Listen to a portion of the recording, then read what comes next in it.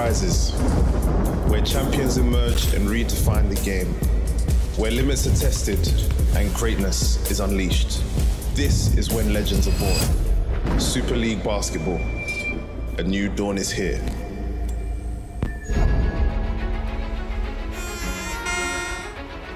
It is the 2025 Super League Basketball Cup Finals Day.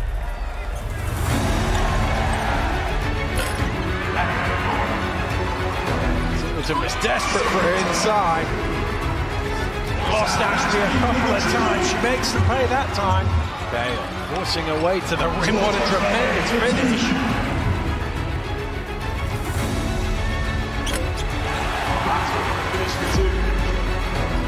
Pleasant goes through the contact to finish. The Cup champions for 2025 are the Oakland Wolves.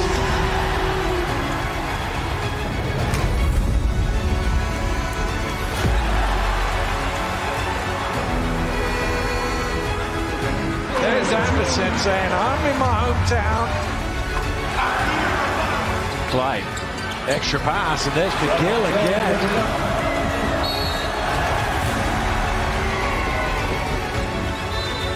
Here's Nixon, he's in his bag right now, he's really feeling it. Ricky McGill blows the layup, but it's followed by Reese. And the Sheffield Sharks are the 2025 Cup champions. We got the dog good! We got the dog good!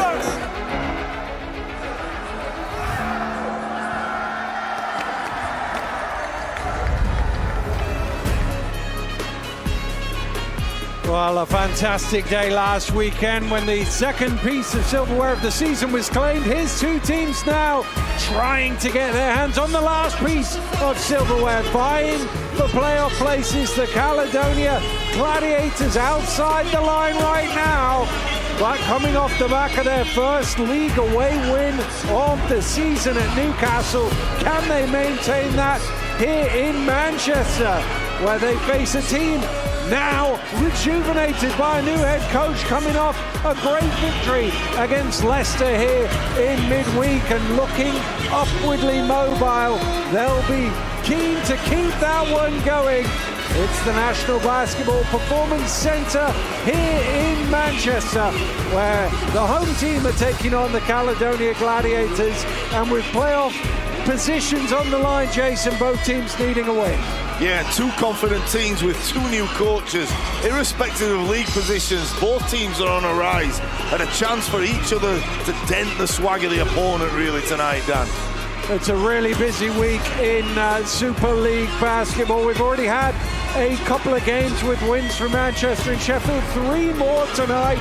We get a do-over of the Cup final tomorrow, and then we go again with 3 more games for you on Sunday. Here's how it stands in the championship table right now. London out on top, being chased down by Sheffield. Leicester had a little bit of a blow to drop to that 5th defeat on Tuesday night. Manchester with 7 wins on the board. Can they chase those teams down? Can Caledonia get into the top 8? We will find out. Well, earlier Jason managed to catch up with the Caledonia coach Johnny Bunyan, but before that he spoke to the Manchester player who started the season with Caledonia, Johnny Bunyan's former teammate Ian DeBose. I'm with Ian DeBose here in Manchester, and Ian, 2 wins on the bounce against formidable opposition in both Newcastle and Leicester. You're coming in here with some confidence tonight. Yeah, we've been playing some good basketball lately. We're going to try to keep that momentum going and be sharp defensively and offensively, just be aggressive. And it's the first time in a while you're playing a club lower down in the league, but a former player yourself for Caledonia, it's not going to be just a straightforward, easy task. Yeah, no game in this league is easy out. They're going to be competitive. They're going to come out, and obviously I'm looking forward to this game, and I'm looking forward to our team showing out today. And we've seen quite a few sneaky dunks from yourself recently. How good would it be to get one on your old guys today? It would be super nice. Let's see what happens. All right, we'll keep playing well. We're really enjoying the basketball here in Manchester. Good luck for tonight. Good luck for the rest of the season. Cheers, thank you. So, Coach Bunyan, welcome to Manchester, and you currently sit bottom of the league, but a change in fortune in the last 2 games, a 1-basket loss to Cheshire, and then a really, really good win on the road to Newcastle. You must be coming in here with some confidence tonight. Yeah, a little bit. We're playing a team who is high on confidence as well. They've had a couple of good performances, but we're trying not to think too much about the league standings. We all knew it was a difficult situation a few weeks ago, but we have put together some nice performances in the last few weeks and culminated in getting that victory last week. So coming in with a little bit of momentum, yeah. And you just mentioned Manchester high on confidence too. What is it going to take to beat them tonight? We're going to have to be super physical. I think they've levelled up their intensity on defence. They're picking everyone up full court. Looks like the coach has really got them playing hard, so we have to match that and try and surpass it. Well, a great moment for Johnny Bunyan last time out, getting not only his first win, but his first win over Newcastle, and that one counts for more when you are from north of the border, that's for certain. He'll be looking for another win here tonight, and if they are to get that win, DeVille Ramsey, the addition they made recently in the backcourt, will doubtless be key once again, Jason. Yeah, and 21 points and 6 assists last week in the win against Newcastle. He's averaging 15 points per game. It's his first season in Caledonia, but this guy's got some pedigree. Santa Barbara Gauchos graduate in 2021. He's the ex-McDonald's All-American in high school, and he played with Jason Tatum when they won the FIBA Under-17 World Cup. So he's been with some exceptional talent, and he's looking to continue that and progress in his career at Caledonia. He's really good. The other thing about it is he's got experience in this country before, and that certainly helped him hit the ground running when he joined Caledonia, having played in Sheffield previously. Yeah, and he won't like it that Sheffield got the trophy last week. He'll be wanting to get something with Caledonia. They're a team on the rise, and maybe he's part of the start of that going up. He's just an exceptional talent, and he's good to watch in the whole league. Well, Manchester had probably their best win of the season on Tuesday night, certainly the best of this man's tenure so far, and he'll be hoping that continues here again. And we talked about point guard at one end, another dynamic one at the Manchester end of the floor. Well, you spoke about the 2 wins they've had against formidable opposition in both Newcastle and Leicester, and Mackay Ashton Langford has been the MVP of both of those games. The former Boston College Eagle, he's playing with some confidence. He's 3rd in the league in assists, averaging 14.1 points per game, 5.2 assists, and in his last 2 games against Newcastle, 21 points and 9 assists, and then against Leicester, 22 points and 9 assists. He's flirting with a double-double nearly every night now, Dan. And what do you think has opened that up for him a little bit? He seems to be scoring a little bit more now than he was maybe early in the season. I think you're exactly right, but he's a chameleon. He can change when he needs to. In terms of what the team needs, he can get it done. Manchester weren't winning early on, and they needed that 3rd scorer, and he's taken it upon himself to be more assertive, and just like you say, that's probably opened up the lanes a little bit for him. Well, let's have a look at the 2 rosters for tonight's game, starting with the visitors from Caledonia. And now that they're back to full health with Farah Ali-Hodgic returning from a long-term injury, this is quite a deep team. And the other thing, Jason, when you see them out there, boy, they have a lot of size. They do, and the big guys playing. Theo Hughes can do some damage exceptionally well off the bench, and you've just spoke about Farah Ali-Hodgic, and Princeton Onwas is back in the mix too. So yeah, they're packed size, and Johnny Bunyan does know these guys. He's played with them, and he's also now coaching them. So they're a team on the rise for sure, and I bet good teams don't really want to play them coming into the playoffs. Well, Manchester without Kyle Carey tonight, which is a shame because he played really well on Tuesday, but the same starting 5, no changes here for Coach Mandalay. We're going to sound like a broken record, especially if Elijah Feje starts fouling. That is key for the rest of the season for this basketball club, because in terms of rebounding, he's way up there and they need him in this game. But yes, a real shame that Kyle Carey's not involved. It looks like this coach wants him to play, and it's just bad timing that he's out with a medical issue this week. Well, you mentioned FAJ. Given the size and the depth of size that Caledonia will have, it is important for him, for Delpesh, for perhaps even Mitchell. They've got to be able to crash the rebounds, keep Caledonia to one shot. They did, but we commentated on the game the other night, Dan, against Leicester, and it seemed like Manchester's pace is to their asset, and when their bigger guys went out, they were forced to play small ball, and it kind of helped them. So I'm not so sure whether they're better playing small at times, or I suppose it depends on the competition. But right now, you look at the size on this court, and Afeje is really needed in tonight's game. Well, Matt Lloyd, Paul Unsworth, and Nick Nassi are 3 officials, and it will be Afeje to jump it up against Fag Benley on the opening tip.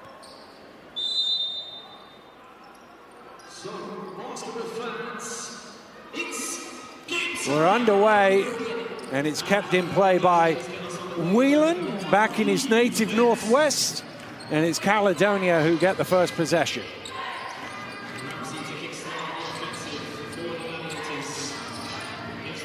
Ramsey fires up the triple, misses everything.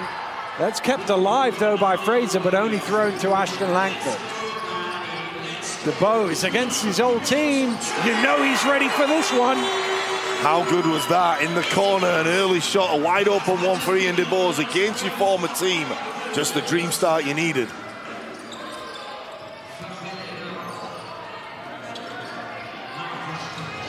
Well, the noticeable thing of Manchester in recent weeks has been their intensity at this end of the floor, particularly starting games. Here's Ramsey, late shot clock, getting to the rim, and he'll have a chance to level it from the free throw line. Ramsey knifed down that left-hand side, but you just alluded to it, Dan, in terms of the defense.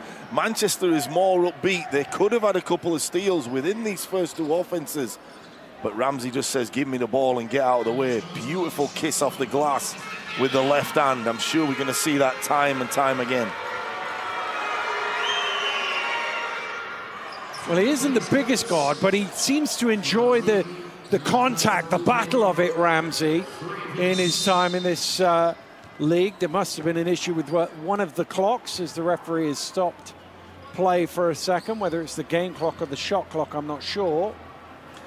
Yeah, I think speaking about Ramsey and the M1, you just said he likes the contact. He's very good at eliminating shot blockers, and that means he goes at the body and gets guys on their heels. Tough to block shots when you're going backwards.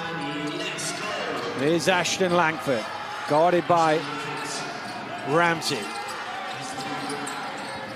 Nice pass. Oh, what a block from Whelan. The foul is called, though. Basket won't count. Foul was on the original block by Whelan. Patrick Whelan's ever so upset because it looked like a sensational block. We're going to see it again. Did he get it in time? It looked like he did, Dan. I'm not sure. He'll be mad because that was one he'd be talking about. Well, he just needs to clip at the right point there before I go, the foul is called, and you've got, oh, what a block from Whelan. Yeah. It's all about the edit these days, Jason. Doesn't matter what really happened. No, it doesn't. But it's not something you see very often, though. Patrick Whelan with the help side block. Yeah, great timing. Well, Afeje misses the second free throw.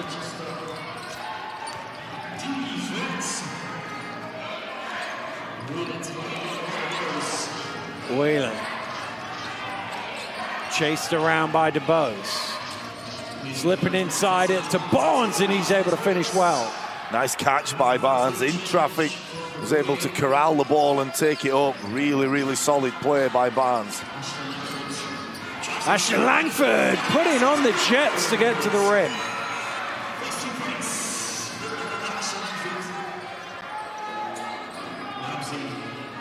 Barnes. Whelan. Fag Benley up top. Needs a little help. Gets it from Whelan. 4 on the shot clock. Whelan. Will that count? No, it's a jump ball. I thought at first a foul was called, but it was a jump ball. DeBose had 2 hands on the ball as he tried to deny Whelan away. I think it was the right call. It was just called very quickly. Definitely had both hands on the ball, but Ashton Langford, you can see, getting by the defense easily. He's done that so well, Dan, in those last few games. Mitchell just losing the handle briefly. Ashton Langford. Whelan comes away with it. Running it back. Takes it right to the rim. Misses the layup though. Irvin. Here's Mitchell in the corner. Knocks it down. Beautiful play by Zach Irvin. He knew he could have had a layup. He also knew he had a dynamite shoot in the corner in DJ Mitchell. Great pass by Zach Irvin. Well, 5-point swing there, given the 2 that Caledonia didn't get. And the 3 that Manchester turned it into. Here's Whelan trying to get those 3 back. Malcolm with the rebound. Whelan driving to the rim. This time he will go to the line for a bonus. There's a replica play of Ramsey's just with the left hand, and these guards can take the contact and finish. But really, really good start by both teams in terms of sharing the basketball. They're not standing around. They're moving it. But I'm very, very interested in the matchup in Fang Bailey and DJ Mitchell, because normally Mitchell is able to shoot over guys. This is a different matchup with a guy who's very quick and long defensively. Yeah, he's one of the longest players in the league, isn't he? His shot blocking prowess is super impressive. Faje's going to get called for an over the back foul.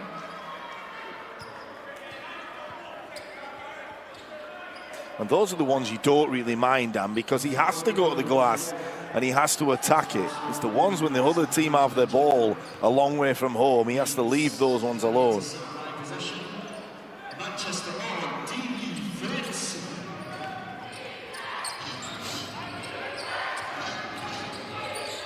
Ramsey. Here's Fag Bentley.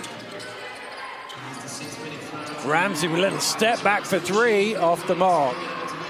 And that's tipped out by DeBose. I think it will be a Caledonia ball.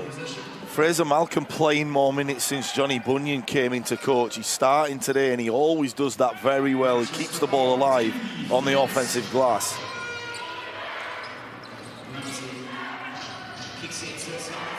Fag Bentley trying to spin through, loses the ball. Away comes Ashton Langford. Here's Irvin. Irvin going around the rim for 2. How good is he at that, Dan? Finishing on the opposite side of the rim. He uses it as a protection for shot blockers. And again, they're turning their defense into offense, although Barnes knocks one down. Barnes can keep it ticking over. Very, very good from 15 feet out. Can face you up and score in numerous ways.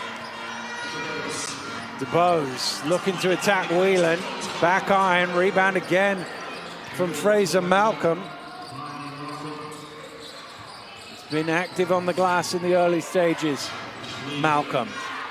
Whelan looking to get into the key, and that's going to be foul number 2 on Faj. And you said at the start of the show we sound like a broken record, but the reality is he seems to be in foul trouble every game. Yeah, he does. It's something doesn't look like he's going to be able to get away from, and frustrating for coach. Just watching Patrick Whelan over his career, Dan. He's fit into systems, but he's playing now like he's just playing pickup. He's enjoying the game and he's just looking to score really in a good flow. Ashton Langford with the steal. Running it back and getting all the way to the rim for the finger roll.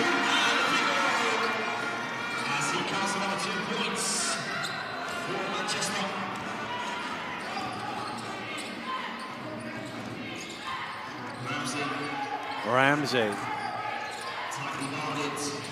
Out to Fag Bentley. Thought about the 3, put it on the floor instead. Stolen away again by Ashton Langford. And Fag Bentley's going to get called for the foul. How good is Ashton Langford at the moment? Really. And it's at this point of the season with the business end of it where he's just in a groove. It's great timing for the club. Just really feels like he's just out there enjoying playing.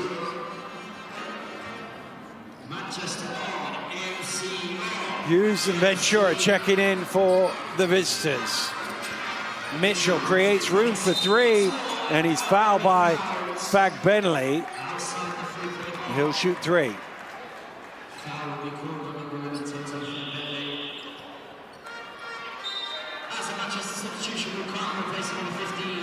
Fag Bentley will sit down, Jets Spielman will check in. Again, just chasing that shot. You have to chase that shot. Yeah. DJ Mitchell, 41.8% from three, 4th in the league. It's just a real good weapon, and at his size, it's very, very tough to play off him and still contest. You have to get within the airspace, which results in a foul and him going to the line. Although on Tuesday night we came to the conclusion, leave him open. Yeah, he seemed to make the tough ones, but miss the open ones, didn't he? Yeah, just run away, and it feels very... It's just a thing with shooters, Dan, because it's all about sight lines, and if there's nobody there, that's unexpected. It's not a comfortable feeling. Lewis is going to check into the game for Irvin. Makes them a little smaller, but obviously increases the offensive threat with Lewis on the floor. Whelan, he and Ashton Langford were tangled up for most of the court. Eventually the foul goes against the Manchester man, and that's going to be, I think, his second personal foul.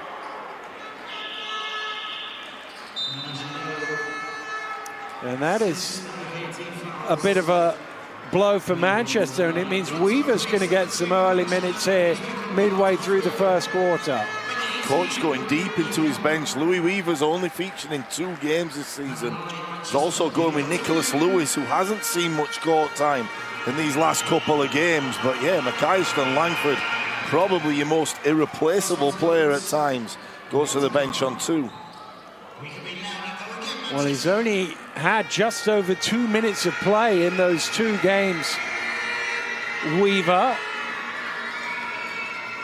But with Ashton Langford on 2 fouls, he's got 4 points, 4 assists, 3 steals. He's had a massive impact on the first 5 minutes, but foul's an issue here for Manchester. Lewis gets it to Delpesh. Ventura with his hands in the passing lane to deflect that away. I always think it's really tough, guys that haven't played much recently, coming into a game. It's such a fast game. And on the court now, we've seen probably 3 guys that don't play extended minutes.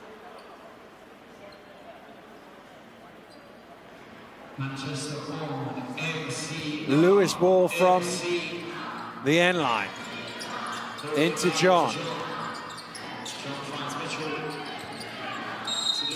Foul called off the ball. I think Weaver with an illegal screen.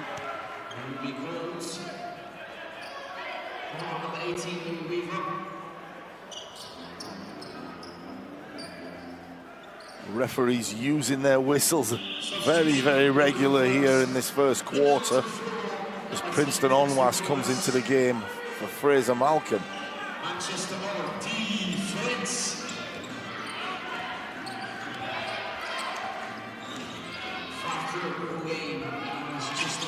Whelan is Onwas in the corner. Ventura waving Onwas through so that Hughes has a bit more space, but he's had to come all the way out. Shot clock getting low. Whelan with some room, stares it down, but didn't quite have enough legs on that one, and Delpesh is fouled.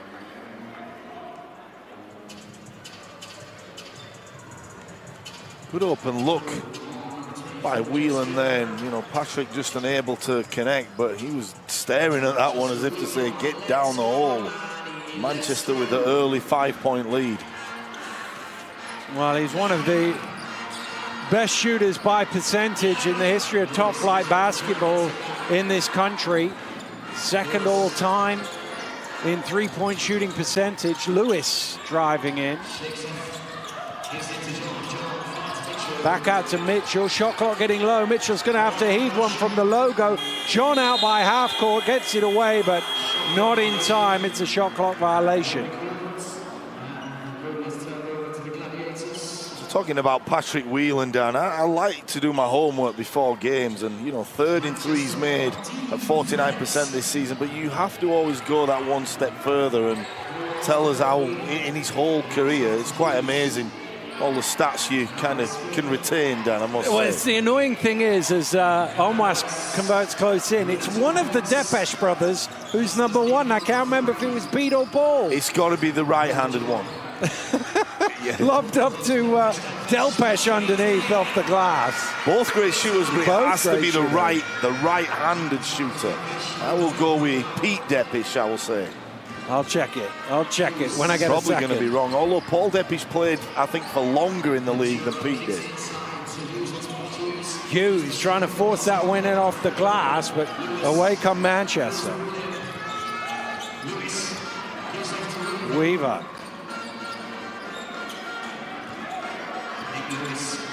Nice pass, and Delpesh is fouled on the floor. That's two guys you can tell play together in practice on possibly a second team. Nicholas Lewis and Delpesh, they connect very well. He always likes Delpesh to set the ball screen, and he's always looking for him knifing to the basket. Two guys that have a really good understanding as Louis Weaver goes out and back into the game. Wake Forest to Ian DeBose. 2 free throws for Delpesh. Delpesh misses on the first. Tends to like to get himself into the game a little bit before he gets going, but early sighter. Let's see if this one can go down. And he knocks it down. So 50% from the line for Delpesh.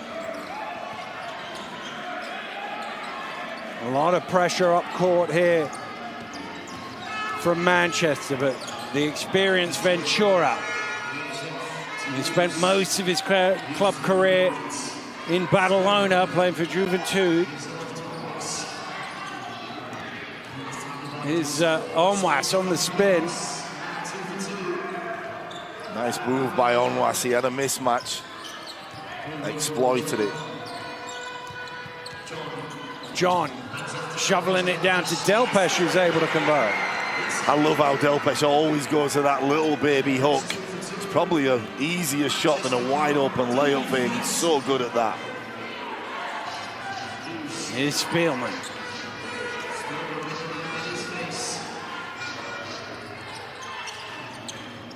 Oh, stripped away by Mitchell. He'll run it back. They won't catch him. And DJ Mitchell with the jam. And that's enough to force a timeout. And Coach Mandalay all the way on court, not happy at all with something Lewis had done by the looks of it. And a timeout called with Manchester up by 8. Coach Mandalay up by 8 points, but he's definitely already shown he's not afraid to get after guys. And if you're going to play for this coach, you have to be thick-skinned at times. Really seems to be knowing his stuff, and they're winning at the moment, so who can complain? But DJ Mitchell with a run out almost tried to move that basket down. It was one of those where you saw him walk out. I was thinking, wait a minute, didn't they just steal the ball and not turn it over? But obviously he wasn't happy with something or other that Lewis had done. The answer to the question was Paul Depesh, by the way. 47% from three-point range, just ahead of Patrick Whelan, who's second all-time. Yeah, and Paul Depesh playing for the late great Kevin Cadle at London Towers. He was so effective. Here's Coach Mandalay coming onto the court. You can see how animated he is and how upset he is. But those are as you say, I think you have to, if you're going to play for him, you're going to have to get used to that.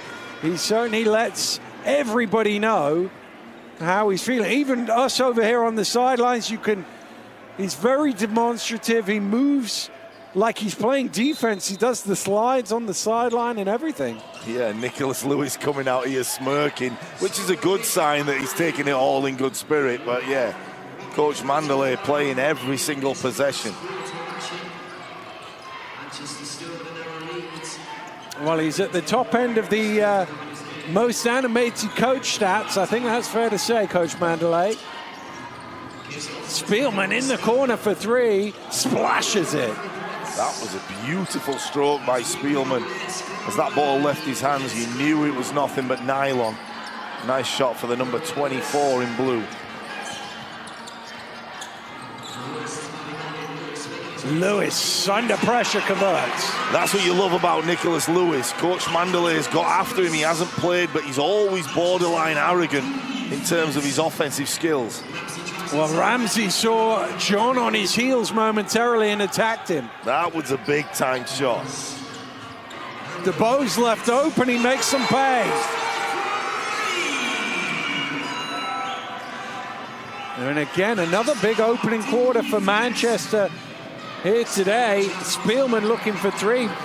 Manchester looking, oh, stolen away by Onwas, and he'll lay it in. Manchester looking for a 30-point opening quarter once again.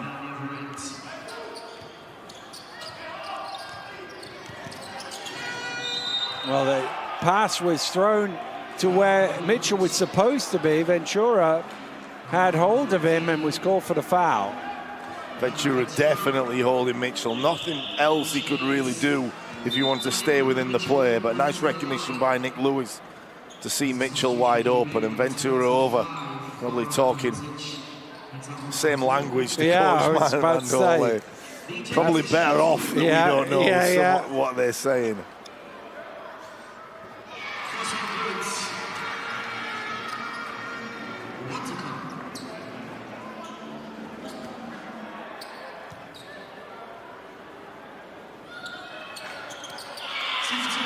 Mitchell makes them both. Irvin and Weaver are going to come into the game with 20 seconds to go in the first quarter.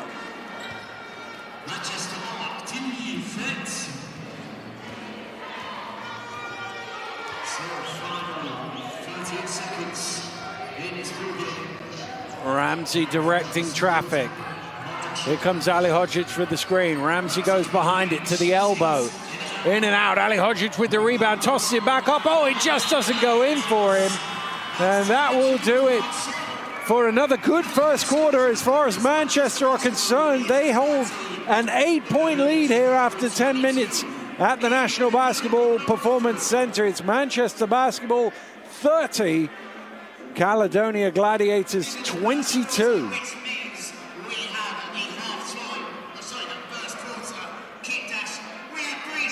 Well, it is noticeable, Jason. We've really talked about the increase in defensive intensity of Manchester in recent weeks, but they've still been putting the ball in the basket at a higher clip as well. Yeah, they're very good at scoring in what I'd call a semi-fast break, so that comes off steals. As we can see the stats, they're able to get out and get quick scores. 10 for 12 from the floor. That'll win you a lot of basketball games. I think that's fair to say. I mean, their shooting numbers are presumably unsustainable, but absolutely excellent. Yeah, and 3 from 3 from three-point line, but you went back to 10 from 12 from field goals. A lot of those, if we can remember, Ashton Langford knifing down the middle. It just seems like after that 5 or 6 second point, they still can spread the floor. And they've been good at that all season, to be fair. They just haven't got the stops on the other end to make it count. Well, Caledonia's not quite found their flow from behind the arc, but apart from that, shooting the ball pretty well. And Johnny Bunyan, I imagine, will be thinking about defense here in this quarter break and how they can slow Manchester down. They're not going to win the game if they give up 120 on the road. No, they're definitely not. But we used to see Manchester get going early in this building. The difference is when you're playing Leicester and Newcastle, they've shown they can come back. This is a big test here for Caledonia on the road.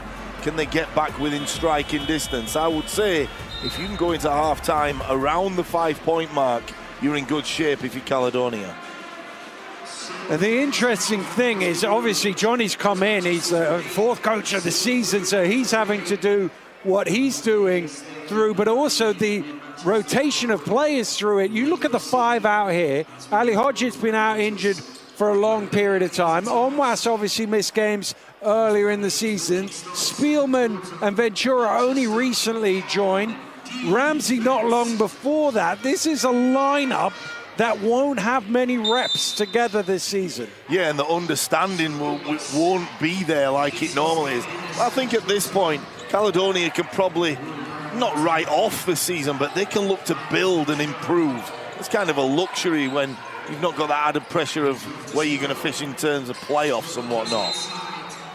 That came off a foot, so we'll go back to an end-line possession. They are only a couple of games in terms of wins behind 8th place Bristol, and Bristol seem in a bit of a funk at the moment. Here come Manchester. Irvin, well, he goes up without the ball, and Ramsey pulls it away. Ventura gets it back. He throws it away. Ashton Langford smuggles it away. Here's the Bose down call for the two-handed flush. And I spoke to him earlier and I said, are we going to get one of those on the break dunks? He obliges against his former team. 8 points for him, second leading scorer behind Mitchell. And Ali Hodzic doing some damage inside. Delpesh with the foul, but DeBose has certainly been ready to play. Of course, started the year with Caledonia, now with Manchester, and just reminding his former employers of his capabilities.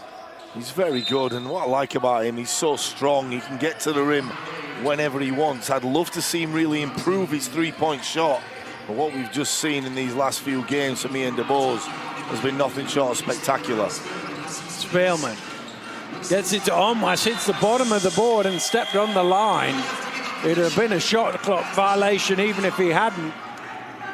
Another good stop for Manchester.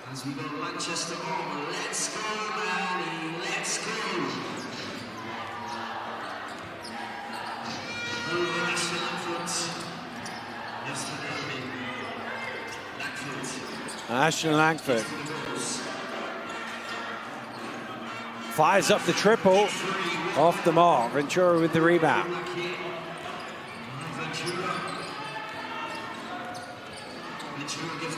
Spielman just a little too far in front of Ali Hodzic. Another turnover from Caledonia, their 8th of the game, and John can't pile on the points, but stolen away again. DeBose this time. John to Irvin and the lay-in, and Johnny Bunyan has to call for a time. His team are just giving the ball up repeatedly here, Jason. Yeah, 12 down, they're on the ropes, but Cody John with a nice pass to Zach Irvin. Cody John sneaking into the top 10 in terms of three-point shooting. He's 10th at 40.4% from behind the arc, so that allows him to really penetrate the lane. And how many times are we going to see Zach Irvin just be in the right place at the right time? Well, yeah, it was an easy finish in the end, but well, Coach Bunyan will be talking about taking care of the ball. They've just turned it over way too many times already, 10 times in 8 minutes. It's cost them 10 points as well, and that is not easy, and that's part of the reason why the two leading scorers in the game are at the top half for that graphic. Yeah, they've just been careless with the ball. We just saw the last one from Ventura, allowing Manchester to get running. And I just think at this level, things that will kill you are rebounds and turnovers. And coming in here for Caledonia, the league positions down, they say that both of these teams have not had an extensively great season, but Manchester are on the rise. It's clear to see that they've beaten Leicester, beaten Newcastle, and now they look like they're going to put in a dominant display tonight. Caledonia have to get it going in these next 2 minutes. Well, turnovers have been an issue for Caledonia this season. They're last in the league at 16.5 per game, but even by that standard, 10 in 12 minutes is scarily high. Yeah. Some of that credit has to go to Manchester and their aggressive defense as well. They've forced some of those turnovers, and there's another one. Another steal from Ashton Langford, who lays it in, the 10th steal of the game for Manchester. Ramsey under pressure. The tip doesn't go from Ali Hodzic. He gets it back to Ramsey. Ventura for three. That doesn't go. Spielman with the offensive rebound. They just keep going till they get a score. You have to credit Caledonia. They're not getting going, turning the ball over too regularly, but they're still fighting down on the offensive glass. DeBose, he hits from behind the arc. In DeBose into double figures with 11 already. He must have been listening when I said I'd like him to improve his three-point shot.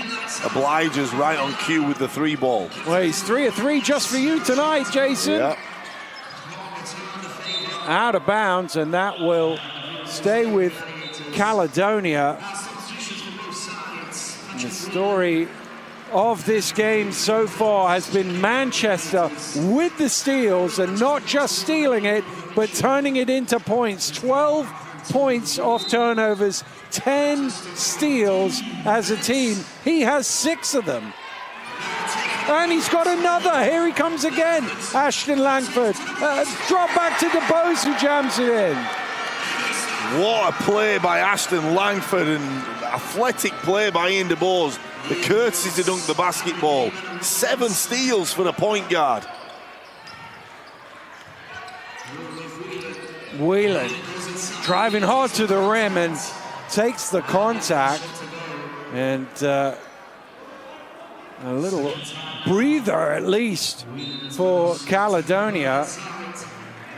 Yeah, a little chance to stop the bleeding, should we say. But Mackay Ashton Langford can have a double-double, possibly in this first half, if he can get 2 more baskets and 3 more steals. Well, going back to 2008, nobody's had more than 10 steals in a game. He's got a chance to write himself into a bit of British basketball history. The only 3 players who've got 10 steals in a game in that time is Larry Austin, Tyreek Armstrong, who of course played for Manchester, and here is Ashton Langford. You know who the other one is, Jason? I'm not even going to tell you who the other one is.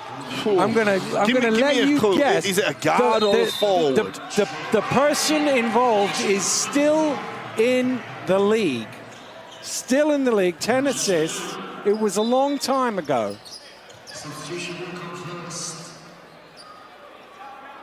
Wow.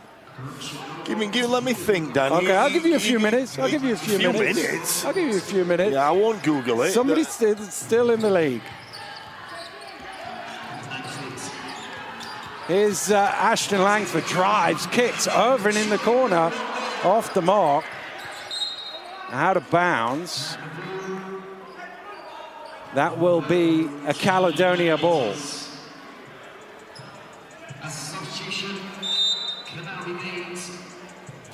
I would say Connor Washington. Connor Washington's not a bad shot. It isn't Connor Washington. No. But it's somebody who was playing that long ago.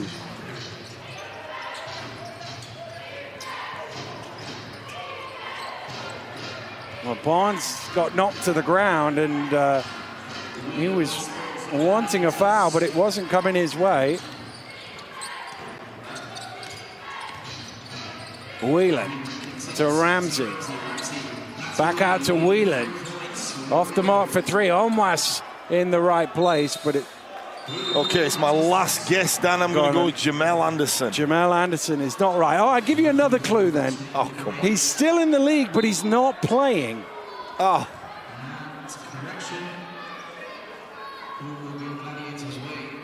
Still in the league and not playing, so he must be coaching. He must be coaching somewhere.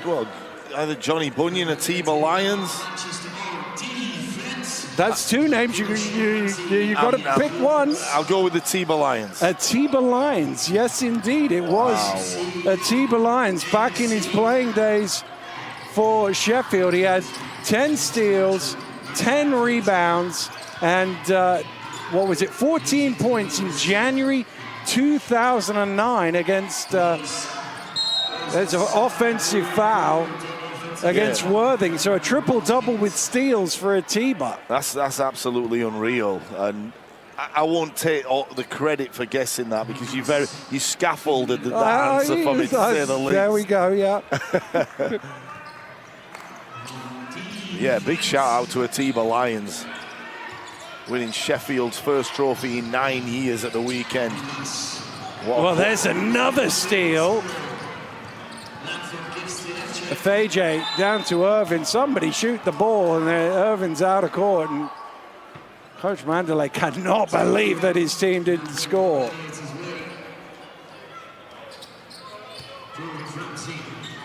Zach Irvin picking up Ramsey full court. I think that's a really good matchup for Manchester. They do not want Ramsey to get going, and he has that length to contest the jump shot. Whelan through the contact, foul is called, and he's going to the line for a bonus. Is that a Faj's third?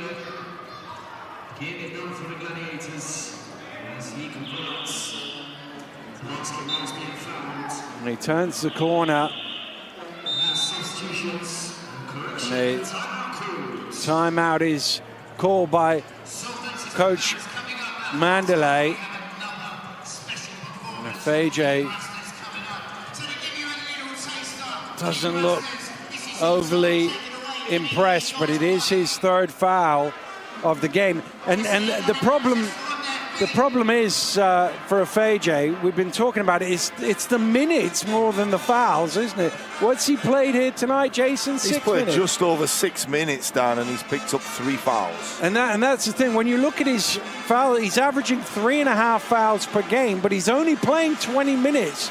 So if you stretch that out to a per 40, that's 7 fouls per 40 minutes. Yeah, and sometimes we talk about being selfish in terms of not sharing the ball, but also your team needs you, desperately needs you, especially in the bigger games against the bigger clubs.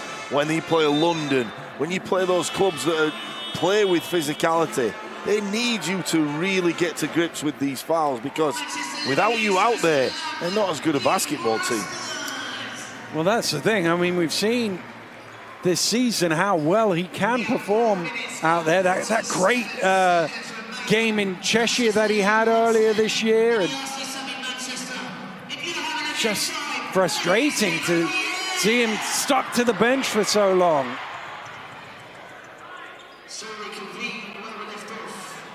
Credit Marcus Del Pesh coming in, though, without Nathan Keogh.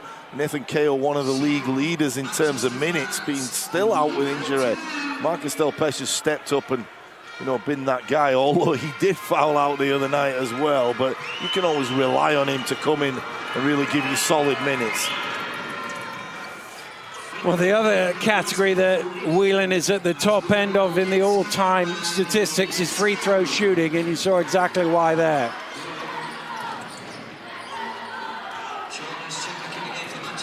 Twelve steals already for Manchester, and another 3, this time for Cody John.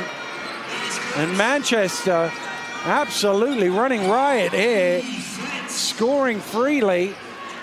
44 on the board. In fact, Bentley can't convert from close range, but he will shoot 2. In fact, Bailey will want that one back. It was an easy layup, really. He just put too much on it at the rim. A nice move by Fag Bailey to get himself to the line.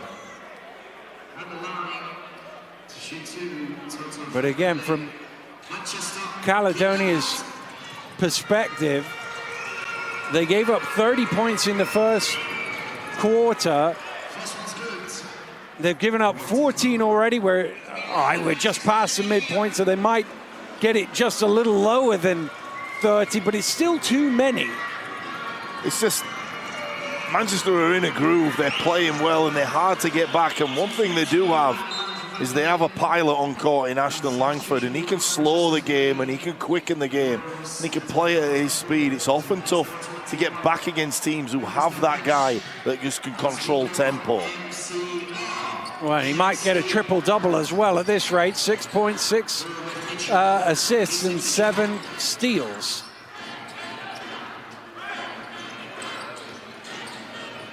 Here he is, back to John. John bobbles the ball and away comes Ramsey. Oh, he needs a help there. He's made the pass and somehow Whelan bailed him out. Ramsey couldn't touch it, but he could keep in the way of it. Barnes tosses it in for 2. A really tough finish. It looked easy, but floating to his right, just really, really nice touch by Trayvon Barnes. Ashton Langford to Irvin. Ball moving nicely. John is the open man, and Manchester hit a three. And that's all Zach Irving. What a pass in traffic to find DeBose in the corner. Finds the dynamite shooter, Cody John. Ramsey pushing hard. John. Pass deflected a little bit, but it comes to Mitchell. Here's John for another one, not this time. Yeah, he's feeling it, Dan, though. 2 for 2 before that. Just let that one fly. Whelan lets it fly, and he splashes it. Caledonia needed that. Patrick Whelan's smooth. Well, he'd missed his first three from behind the arc, and the one thing the numbers tell you is the next one's going in. Yeah. And the good thing is, Dan, for him, his brother Jordan Whelan just walked in. He waited for his brother to arrive. Here's DeBose tossing it in.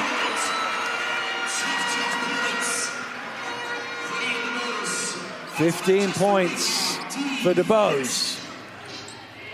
And they're closing in on 50 with still 2.5 minutes to go.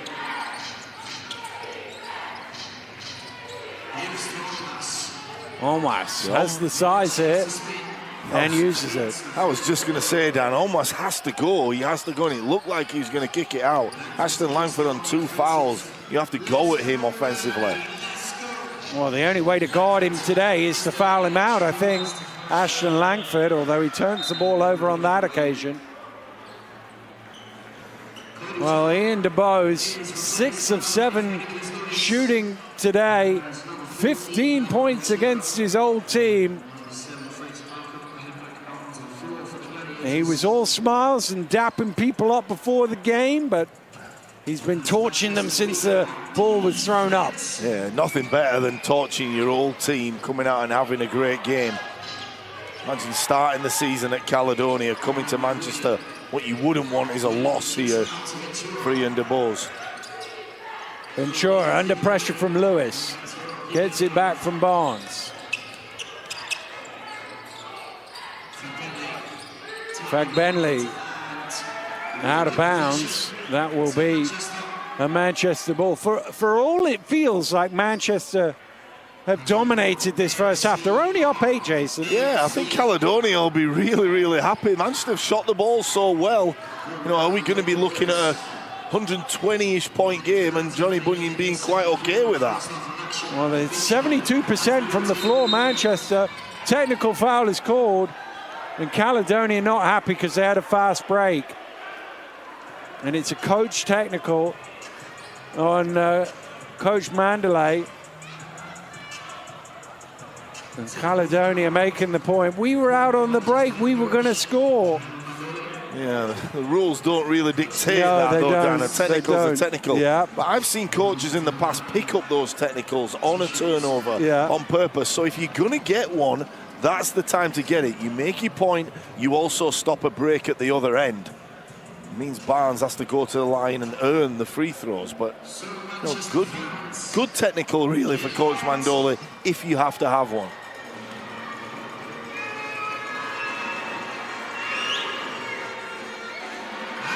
Well, he's an 80% free throw shooter, Barnes. He does generally shoot their technicals, as I did mention Patrick Whelan, the second all-time in free throw shooting, but Barnes has been shooting them this season.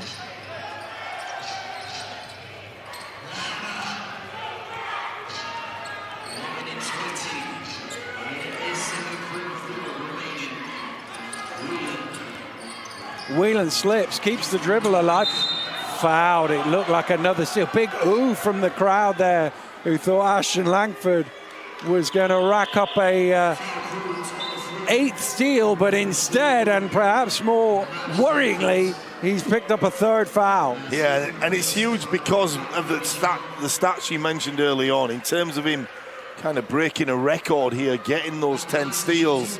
Is he going to be able to do that on those 3 fouls? But Ashton Langford probably got unlucky that Patrick Whelan fell, because it kind of enticed him into reaching in. And Patrick Whelan could go to the line and cut this one down to a really respectable basketball game. Well, yeah, I guess you're on the road. The other team is shooting 72%. They've got 12 steals and you've got 15 turnovers. And yet you're only down, well, I was about to say 6 if these go in, but 7 if the second one goes in. So if we're right, this game is throwing us all kinds of curves balls, and we kind of say, well, Manchester playing so well, they'll win this game, but the way it's going, I guess expect the unexpected. Yep. Well, regression to the mean. There's no way Manchester are going to shoot 72% for an entire game. At some point, those shooting numbers have to come back down to normal. And that, you feel, is the point where Caledonia come back and close the gap even further. So what we're saying is if Manchester can cool off a slight bit and Caledonia can stop giving them the basketball back, we have a really good game. Yeah, definitely. Here's Ramsey. Either that or Manchester are going to have a historic shooting night. Fouls on the floor, although Manchester over the limit, so it will be 2 free throws. Ventura, you know, playing in Spain, moving well without the basketball. It seems like all those European teams are good at that. He's not got the ball back on a few of the cuts he's made. That time he was fed on the cut and was able to get to the line. Just as we expected, he misses the free throw. We didn't expect that. Well, they're having a little struggle here from the free throw line. Oh, he's missed them both. Lewis under pressure, Ventura with the rebound.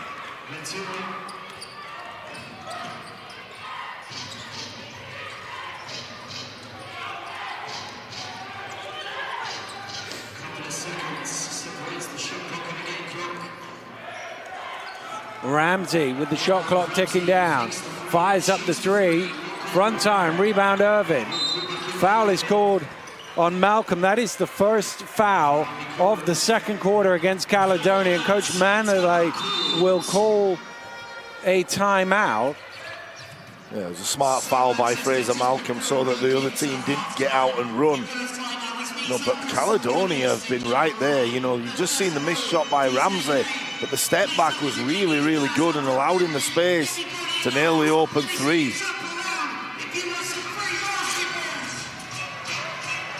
Coach Mandoli will not be happy, Dan. Not that he has been at any point this half.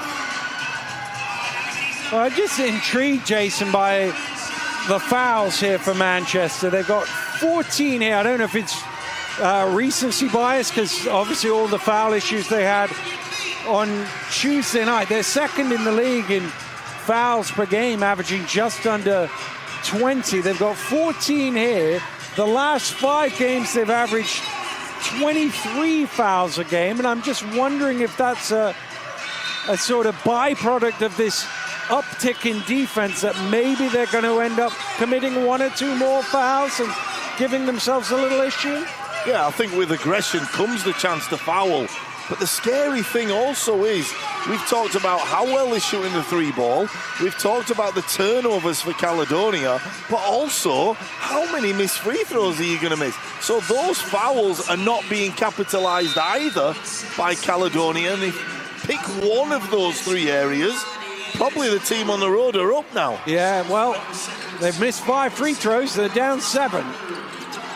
Oh, double team comes, but again, that's one of them where they've gone aggressive because they know they've got fouls to give. If you get a steal, it's a bonus. If not, they have to rethink this sideline ball. That will be Manchester sideline as we go MC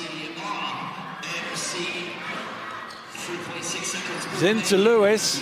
There's no range that Lewis can't hit from, although he doesn't on that occasion. Well, quite a fascinating half of basketball here in Manchester. It looked like they were on for about 60 at one stage. Manchester maybe called off a little bit down the stretch.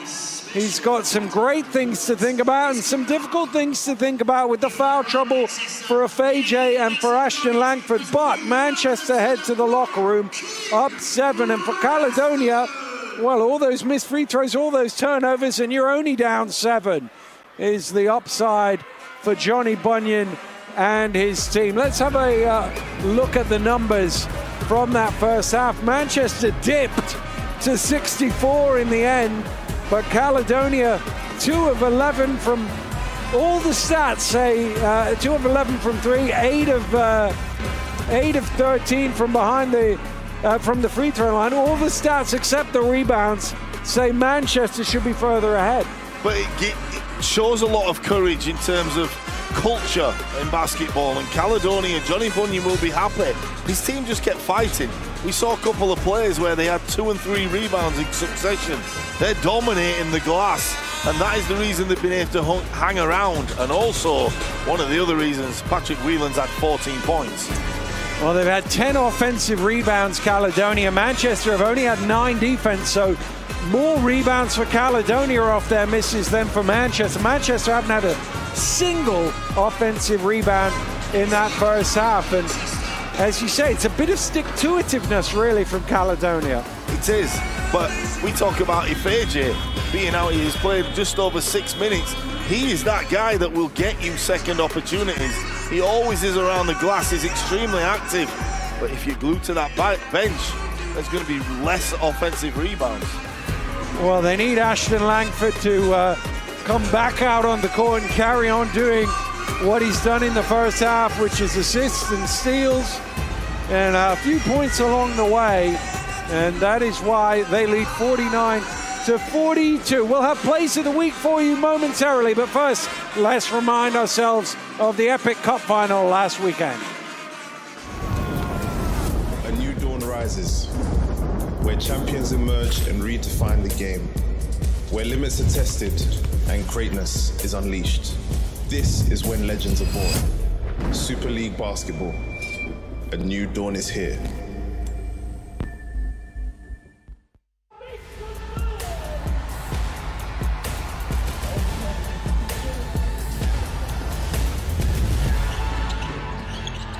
Here's Nixon. Now he's on the ball. And that's that confidence, Dan, to be 0-3 and still have the audacity, confidence, whatever you want to call it, to knock that one down. Big shot there for Nixon.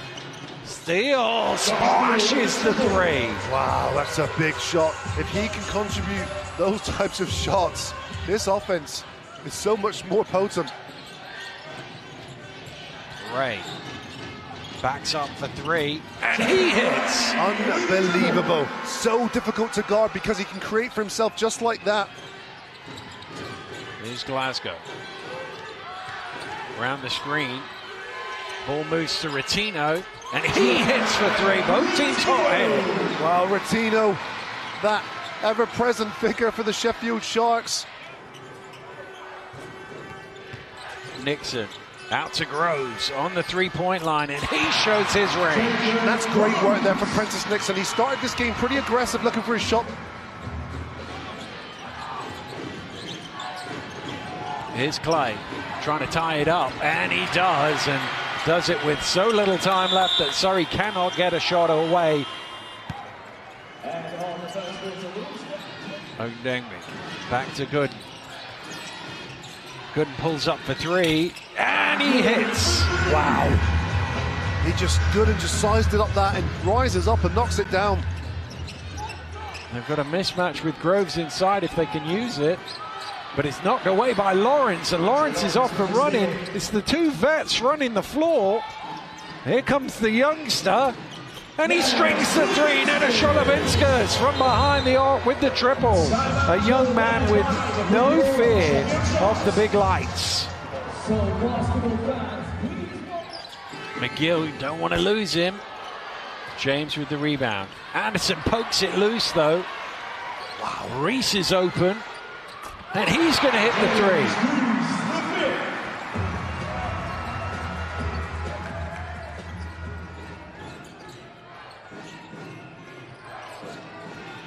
3. Gooden sneaking back away from the cut for two. That is tough there for Gooden. When he's aggressive like that, he has that ability to go high to the rim.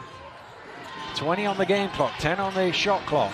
Lawrence out to James for three. Mervyn James knocks down the triple.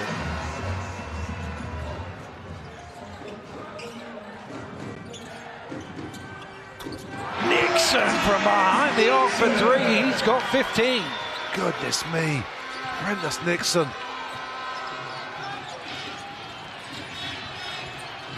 Clay out to Nixon for three. Oh my goodness, with a hand in his face. That was a difficult shot, but Prentice Nixon doesn't see anything but the bucket. And here's McGill now for three. He knocks down the triple. Ricky McGill is up to 18. Wow. Sheffield leading by, oh, it's lost. And Reese will get a run back and he'll jam it in. I was about to say leading by 9, they're leading by 11 now. Goodness me. An opportunity here for Surrey. I mean, it's been a bit dreadful third quarter so far, 27-18 in favour of the Sharks, but they've got an opportunity here. Teo up top, knocks down the three, the veteran. Wow, Teo Ogundembe, it had to be him, didn't it? The captain to settle the ship. 4-point game, just like that. Anderson drops it off to Clay, who rocks the rim. Yeah, Jamel Anderson just always responds, doesn't he? Here's Ray. James, mid-range short corner shot, he loves that one. Here they come down, they've done it again. This Brazilian bunch has got it to within 7 here. Anderson for three, got it, Jamel Anderson knocks down the triple. It's a big one, Dan. The veteran Jamel Anderson, the hometown kid from Nottingham, knocking down a big one. But Racers giving them points right back. He knocks down a three as well. Clay for three, in and out. Anderson bats it alive. They get the ball back. Still down 8. They've got to score. James pulls up and he converts.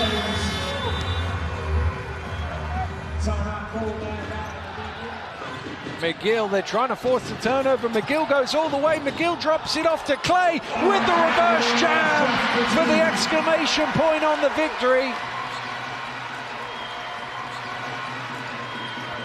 Ogundembe along the baseline and he flushes it down, but that will be that. And the Sheffield Sharks are the 2025 Cup champions, and they will celebrate. Josh Steele hit a three on the buzzer, by the way, but Sheffield can celebrate, and they are champions again, and what a performance from this team.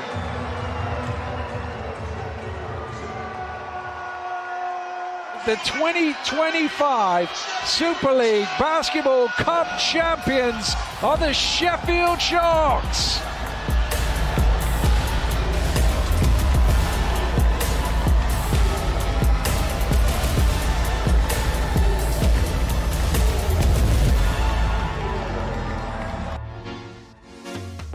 Basketball is the second most played sport by young people in the UK. And this is a great opportunity for us to engage the younger generation in being more sustainable, recycling more, and ultimately reducing waste and protecting the environment. In the trash can and throwing this away in the trash can, you're doing it in the right place. You're composting, you're recycling, you're reducing, reusing.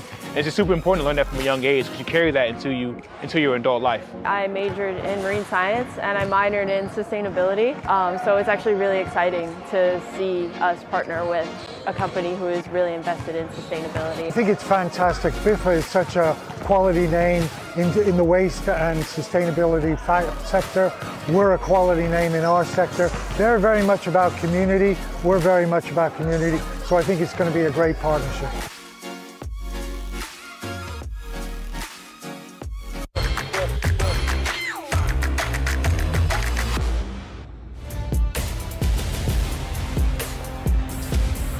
Here's Johnson. Sherfield, nice little dump off, finally! Beautiful dime there, beautiful dime.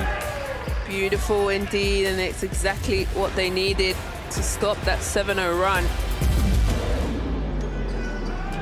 Back out to Holloway, Goodwin. Good penetration on the baseline. But the defense there of Alan Aikens.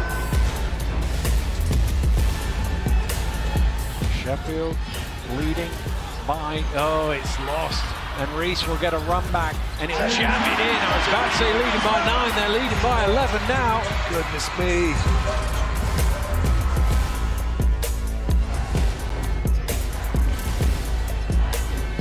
Anderson drops it off to Clay, who rocks the rim. Yeah, Jamel Anderson just always responds, doesn't he?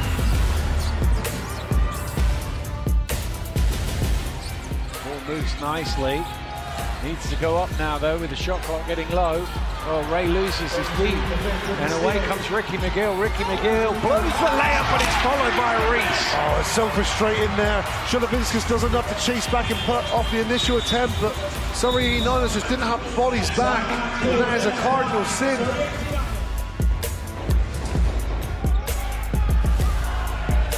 Holloway, here he is, finding the big fella and rocks the rim. Good pick and roll there. I think they were lucky not to get called for a foul there. It looked like some contact on Asegbegovic on the dunk.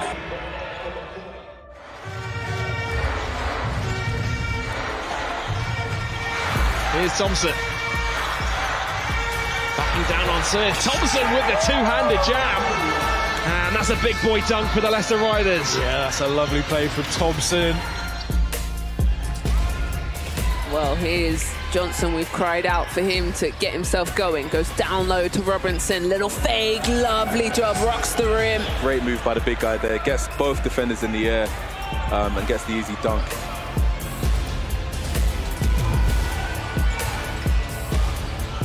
Spin move.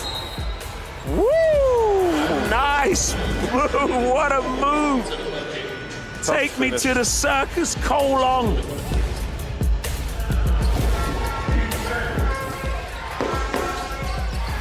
And Brad Binley finishes things off. Great pass. Yeah, great ahead pass to Ramsey, who you know is going to be able to facilitate. That's where they look their best, getting downhill.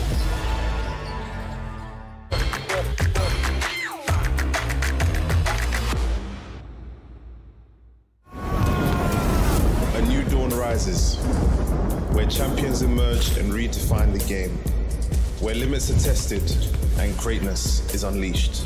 This is when legends are born. Super League Basketball. A new dawn is here.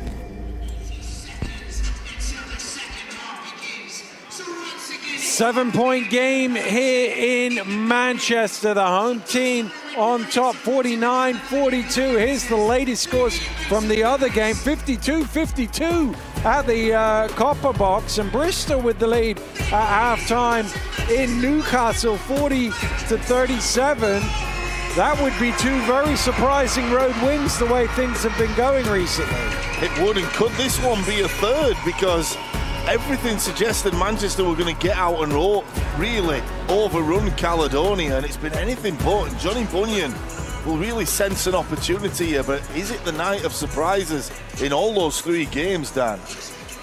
Well, Johnny Bunyan has had his chance to talk to his guys at halftime. I'm sure take care of the ball was mentioned somewhere in that locker room. Yep, take care of the ball, get a hand up on shooters, make free throws. A couple of those you would think would take them over, but they've got to continue to rebound the basketball well. They've done that, and they've got to stop throwing the ball to the other team like you've just said.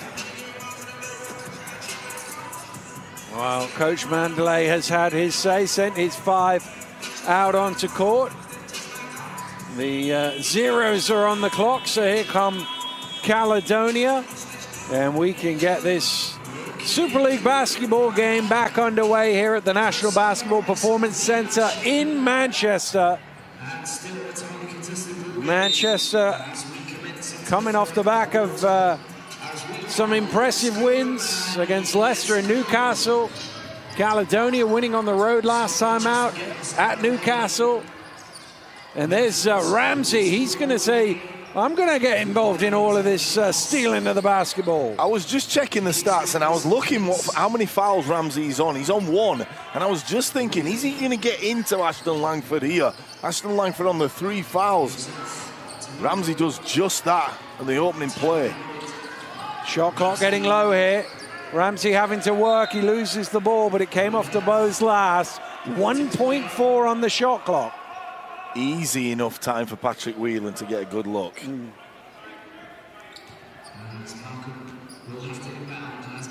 Well, he was the one sending Malcolm to the sideline, and there it is. 1 dribble, 1 shot, doesn't quite go, but there's Malcolm from the inbound tipping it in. And another 2 offensive rebounds in the first minute. Take that to 22 rebounds in total for the team. 12 of them offensive. Ashton Langford misses, and Manchester haven't had a single offensive rebound.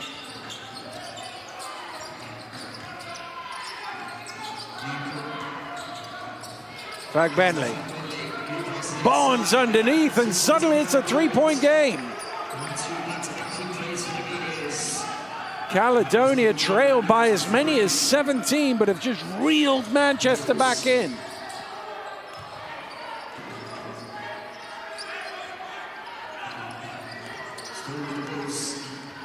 DeBose blocked by Barnes.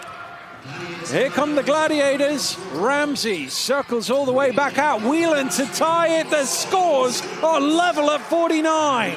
Caledonia absolutely rolling. Whatever Johnny Bunyan has said at halftime has worked, and with just under 2 minutes played, it's a tie game. Great start by the Scots. Well, they've scored the last 10 points. There's Barnes again with the denial. Ashton Langford nearly banked in a 3. And still Manchester stuck on 49. Oh, what a block from Mitchell as Ramsey tried to get to the rim. Ashton Langford doesn't get his 3 to go, and there's going to be a foul on DeBose. Definitely a foul, but Manchester just look like kind of punch drunk at the moment. You just look like they're lulling around, don't seem to have any flow to their offense. Caledonia, what a great start. Well, he missed a couple early, Patrick Whelan, but you know that is only a temporary spell, and if you give him looks like that, you're going to pay for it. Yeah, you can't keep a good man down. 17 points. Patrick Whelan sure to hit that 20-point mark early. He's calling for a high ball screen here. He's feeling it. Spins past to Fajay and finishes. Right on cue, 19 points, Patrick Whelan. He's very, very good in this building. He grew up playing in Manchester. He's accustomed to the surroundings, seem to always play as well. Well, they only led by 1 early on. They lead by 2 now. 12. It's a travel, is it? Yes, Fajay with the travel. 12 points in a row for Caledonia, going back over the last 5.5 minutes of the contest, either side of halftime, and Whelan doing damage. Psychology is a strange thing in any sport, but when you're playing teams above you, you always seem to raise your game. You play in the bottom of the league, and it just looks like they've just took a step back, Dan. Well, when they got to 49, I was thinking they were going to have... Oh, there's Malcolm now in the corner, and there's going to be an early timeout here for Manchester. They haven't scored since 3 minutes ago in the half, and they've just stagnated. It was 49-39, it's now 49-54. 15 points without reply. What a run. I'm not sure we've seen many 15-point runs in the whole league at points. You know, usually guys getting odd bucket here and there. Caledonia really getting to grips with it, and one of the reasons is Ramsey has just put the pace on, and McAshton Langford on 3 fouls didn't get near him, and how difficult must it be to keep up with him when you're on 0 fouls? Well, that was the thing. We were talking at a time in the in the second quarter when they were shooting 72%. They weren't going to sustain that. They dropped all the way down to 54%, which is a huge drop-off. And therein lies the problem. They've stopped putting the ball in the basket. Yeah, they have, and it's allowed misses, allowed to fast break layups and second kind of opportunities for Caledonia. I think if you're a fan here in Manchester, you'll be a little bit stunned. Coach Mandole, for once, not yelling, so you know something is not okay as he goes into his timeout and talks calmly. And I guess the other half of that, the other flip side for Johnny Bunyan and his team was when they were rocking, when they were 17 down, they kept doing the right thing, just sort of hanging about, trying to crash the offensive glass when the shots weren't going in, and they didn't get away from it. So it was that point where we were going, well, they're only down 8 when it felt like they were down 18. Yeah, and this is why Scottish grit is so impressive. DeBose finally gets the scoreboard ticking for Manchester. That was an emphatic way to respond, but this is where the Scottish grit is so important to the club. Fraser Malcolm leads the team in rebounding right today on 5 rebounds. He's just kept it alive.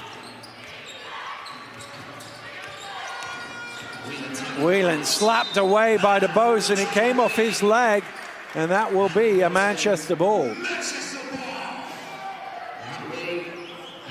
Well, when you can't get a score, just take it down Main Street. No help defense. He went straight to the cup.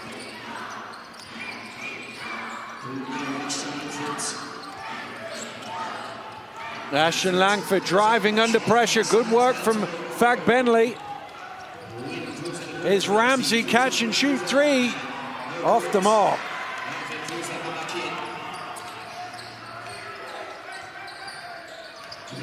DeBose again looking to attack and in off the glass. He's the expert at that, slowing it down and then changing from first to fifth.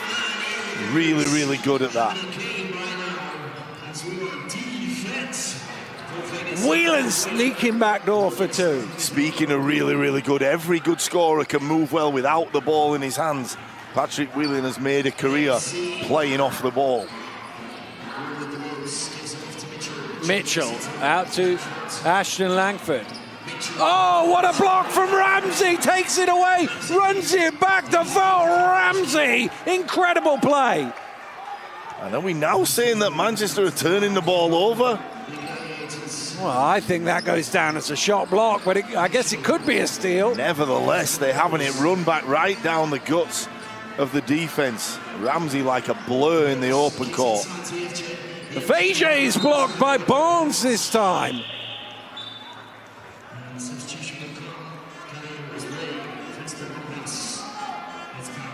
Ramsey is shifty to say the least and lightning quick.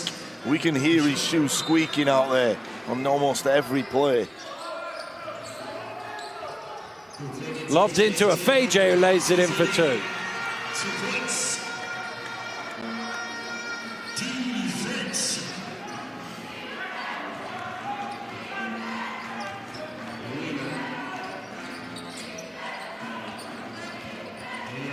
Whelan pulls up for 3. Back iron. Barnes going after another offensive rebound, and it will be a Manchester ball. Patrick Whelan getting some good looks though, whether it be playing off the ball or whether it be just making his own shot. What a play from Ramsey. To me, that's a block and a run back. And move the ball is the message from Coach Mandalay. There's not many people Mackay and Langford can't catch. Ventura with a good foul. Double thumbs up from Coach Bunyan on that one. We've seen some quick guys in the league over the years, but I definitely wouldn't fancy going against those two, Ashton Langford and Ramsey. Have to be 2 of the quickest in this SLB. Yeah, you'd have difficulty staying in front of them, Jason. I'd have difficulty staying in front of a lot of guys, but those guys I would have really, really struggled with. I don't think I'd have been guarding those, Dan. I'm just looking out there for where the coach would have put you, Jace. Ventura, maybe you could see, he's not the quickest. Here's Mitchell in the corner for 3. Nice pass from Ashton Langford. What a play.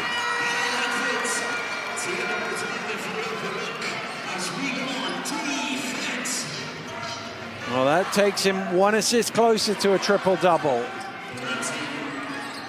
Ramsey out to Ventura. 5 on the shot clock. Ramsey looking to work. Gets into the key. Barnes has to shoot. Gets it away in time and hits on the buzzer. What a shot by Barnes in the corner. Barely any time remaining on the shot clock. It's a dagger at this point. 5 of 5 for Trayvon Barnes for 11 points. Knocked loose by Olmas. The only shot Barnes has missed is the technical free throw. DeBose is going to shoot the 3, and he's going to splash it. Ian DeBose single-handedly keeping his team within a bucket. He's the one that's keeping them ticking over right now. 9 for 11, 22 points for him. FJ with the rebound. Ramsey only has 9 points. He's had a lot of looks to get to double figures. He's not really got going yet, which is another good sign for Caledonia. If he can join the party with Patrick Whelan and Barnes, then they really do have a good chance. 22 points for DeBose, the game's leading scorer, just ahead of Patrick Whelan with 21. But DeVell Ramsey, he's 4 for 13 in terms of field goals, and he's not usually that unproductive.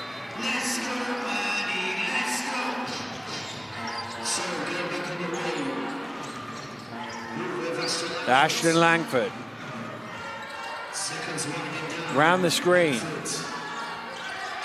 Trying to get it to Delpesh, and the foul from behind, I think, on Ramsey. His second foul.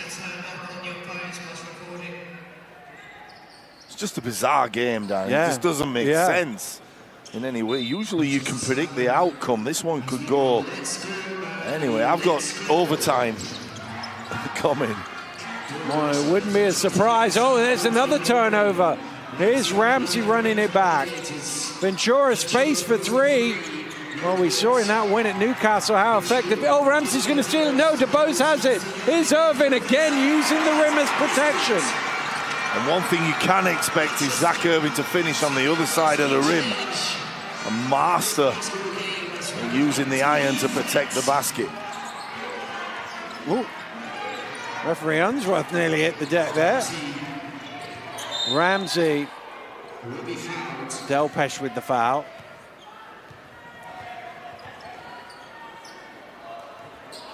Well, every time he goes to the basket, he seems to go to the opposite side. He's so good at that. Zach Irvin using that rim as protection.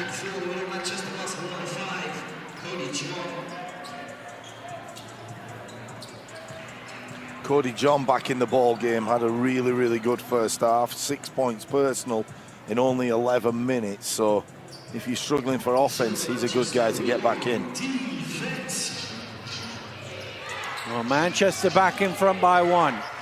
Whelan with the ball for Caledonia. Onwas. Shot clock getting low. Onwas tosses it up. Hughes this time trying to get his hands on the ball, but it's out of bounds for a Manchester possession.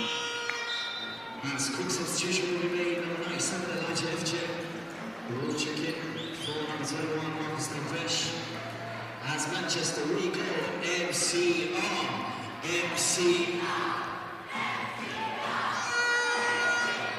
1 minute 40 approaching in this front row.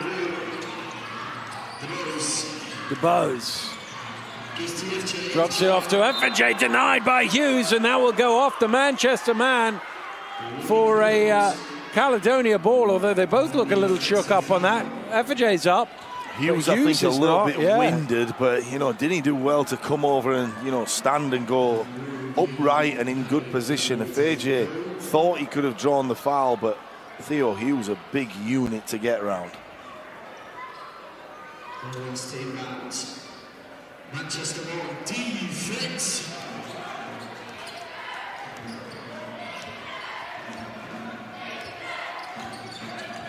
Still 1 point separates us.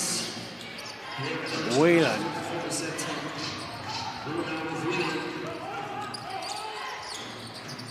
Ventura into Hughes. He has the size and he uses it to great effect. Really smart pass by Ventura. He was open, could have shot the ball, but gave up a good shot for an even better one.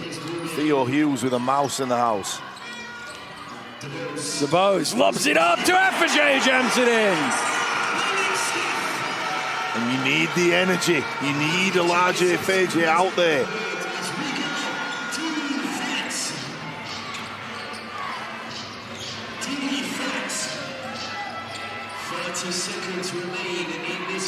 Spielman, can he get it to Whelan? Irvin's diving on the floor. Irvin comes up with it, drops it out the back door. John driving. John through the contact and one. The flags from Cody John. Zach Irvin barking at us over at this table. He was the guy that hit the deck. What a play to come up with that basketball. And Cody John was the beneficiary. But credit both Zach Irvin and Elijah Effigy for really making it happen.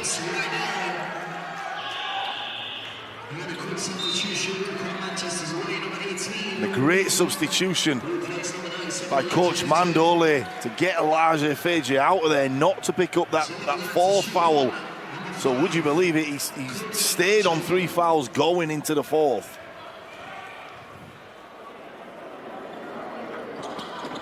John converts the 3-point play. Manchester back up by 4. Last offense of the third quarter that started so well for Caledonia, and there's going to be a foul on DeBose.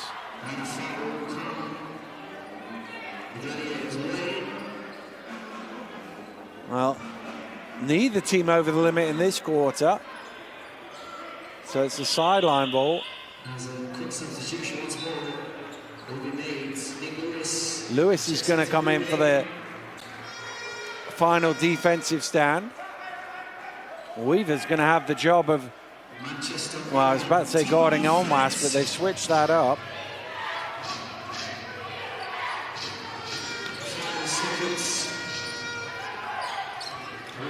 Whelan turns the corner, drives in, gets to the rim, and Patrick Whelan lays it in. Is there time for a quick one? Here's Lewis from half court for 3, not quite. Well, what a third quarter that was. Caledonia blew the doors off, really. 15-point run around the break, had them in front by as many as 5, but Manchester have come back to head into the fourth quarter with a 67-65 lead. I mean, it's just an unbelievable game, you know, 15-point run, as you just said, from Caledonia. Manchester have come back and, you know, they've huffed and puffed at times, but Caledonia just, what a position they're in. Who would have thought it? So 2-point lead for Manchester. The shooting numbers back down to still pretty good, to be fair. 58% against 52%. Caledonia's threes are going up a little bit as well. Manchester's rebounds rising a bit. Apart from the Zach Irving steal, though, I cannot really remember Caledonia turning it over. So, you know, they had around, I think it was 15 turnovers in the first half, but I think that's 2 in the second, according to the stats. Yeah, 2 in the second, so, you know, it's a massive improvement, and we did say at half-time, if they could solve one of those issues, they'd be right back in the ball game. But did we think that offensively they'd get going like that? No, we didn't. Well, they seem to have solved a couple of them because they made a few threes as well in that quarter. And which team has the momentum, the legs going into this final quarter? Obviously, Manchester coming off a game on Tuesday night. It's been a little bit of a breather for Caledonia. Not played since that Newcastle away trip. And I think tonight, you look at the minutes played, Caledonia have shared theirs out. Bell Ramsey is playing 24 minutes, Patrick Whelan 20. But Manchester, on the other hand, they have 3 guys playing over 25 minutes in this one. That's Zach Irving, Donovan Mitchell and Ian DeBose. So if you're talking about freshness, you would say Caledonia have a slight upper hand in tonight's contest. Well, the fouls as well, heavily weighted on Manchester's side. Ashton Langford on 3, Mitchell on 3, Fajay on 3, Delpesh on 4. Nobody on the Caledonia side of the ball has 3. Here's Ali Hodzic backing down to that trusty hook. Really nice move by Ali Hodzic. He likes the contact, so going against Ifeji will suit him down to a T. Not fazed by the physical play. Not seen much of Farrow tonight as he works his way back to full fitness after that operation that kept him out for a couple of months. Here's Ashton Langford looking to drive in, tossing it up high for 2. That was a beauty. The giant killer from Ashton Langford, eliminating all chance of a shot block. He put that one right in the sky. They're going right back to Ali Hodzic by the looks of it, but Fajay does a good job to deny the pass. Fajay's hit the deck. It's out to Spielman for 3, front iron. Whelan with the rebound. Ali Hodzic almost loses it. He does. Tough break for Caledonia. It looked like they had a couple of good looks at the bucket, just fumbled by them, and I would say a rare turnover in the second half. Yeah, it is. Ashton Langford directing traffic. John drives into the key and forces it home. So for me right now, tough shot for Cody John, but fool's gold really, because Manchester's standing around, not really moving the ball. It's some one-on-one basketball. It's never really been successful at any point this year for Manchester.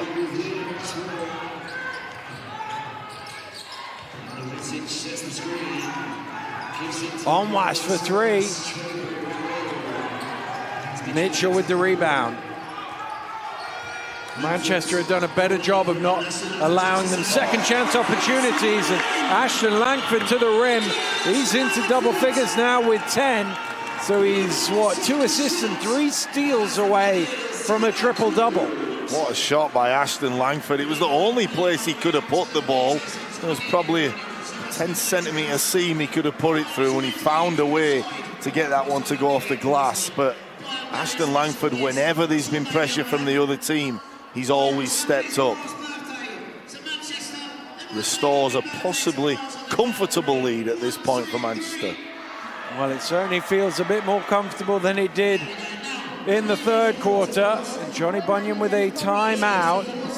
Ian DeBose coming back to haunt the Gladiators with 22 points off 11 shots. Incredible efficiency for him. Patrick Whelan, as ever, doing the damage at the other end of the floor, leading the Gladiators with 23 points. And, well, we expect his shooting numbers to be up in the 50s. He's so efficient.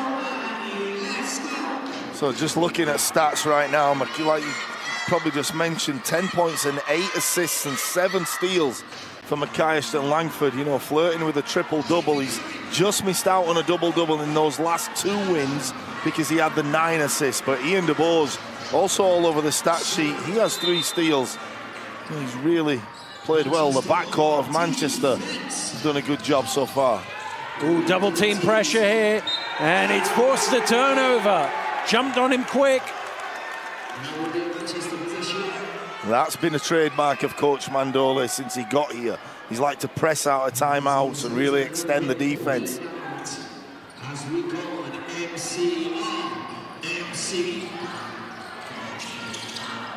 If he needs some help, throws it into the backcourt. What was he doing there? It's a backcourt violation. What's he doing? He threw it. There was no way Ashton Langford could have jumped up and caught that. And he threw it into the backcourt like it's college basketball. I think, to be fair, he's just running out. Not that he should have thrown it in the backcourt. I think the pass was towards Ashton Langford at midcourt, but he had very, very little time left, and no one was really moving and getting open. Yeah, a lot of these guys that play in the NCAA do. I don't think that was the example, but they do think they can pass it into the backcourt. Spielman driving in, knocked away by Mitchell. It'll stay with Caledonia.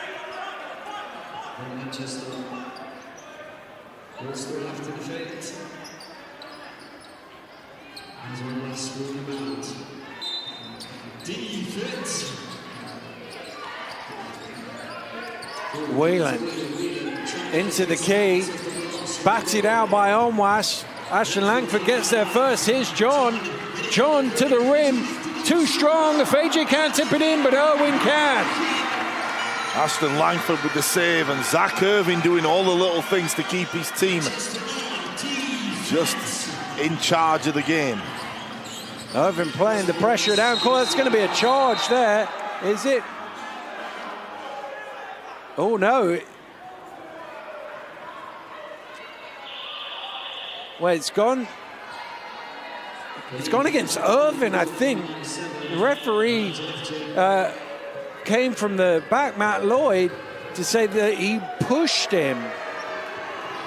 Yeah, Matt Lloyd, experienced referee, he darted over there, Dan, to make that call. So he must have seen something that the other two on the baseline didn't. So he said that he's bumped Onwas into the path of Efeje, which is why Onwas then committed the charge, which was called by referee Nassi on the baseline, but obviously the bump came first. Well, the good news is that Efeje doesn't pick up the foul. For a split second we thought, is he in the restricted area?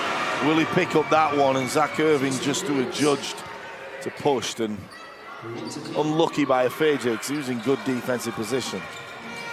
Well, he put his body on the line, took one for the team and didn't get rewarded for it. Yeah. Onwas converts from the free throw line. Ashton Langford.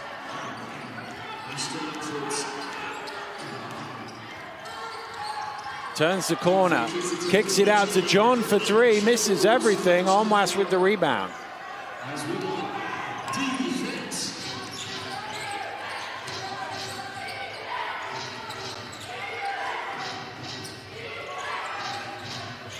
Whelan down to Spielman, and he just mows Ashton Langford out of the way for a push-off.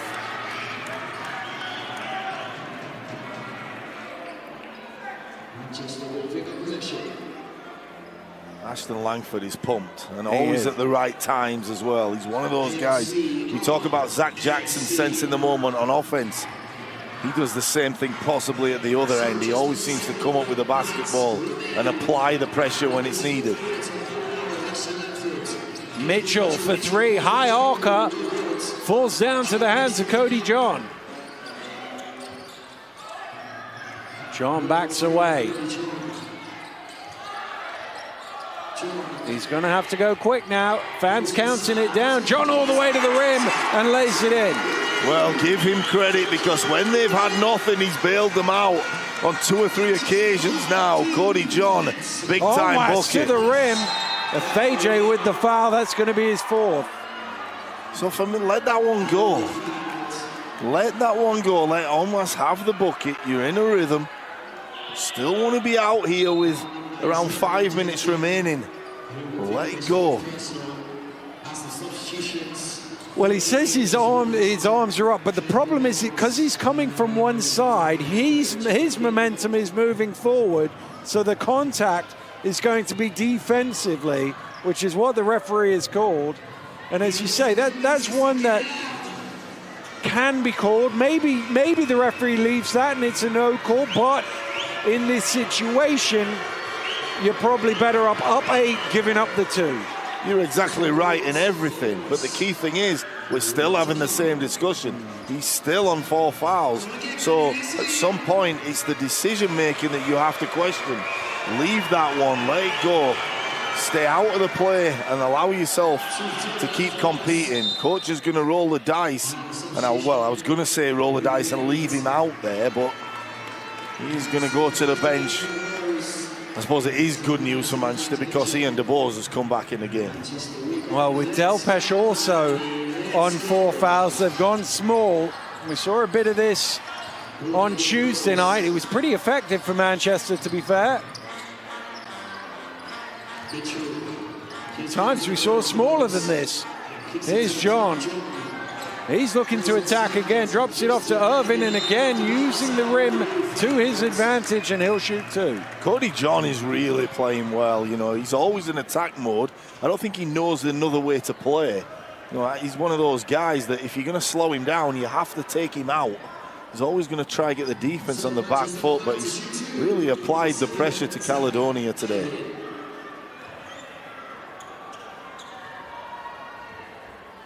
Well, that one needed a little help from the iron there for Zach Irvin.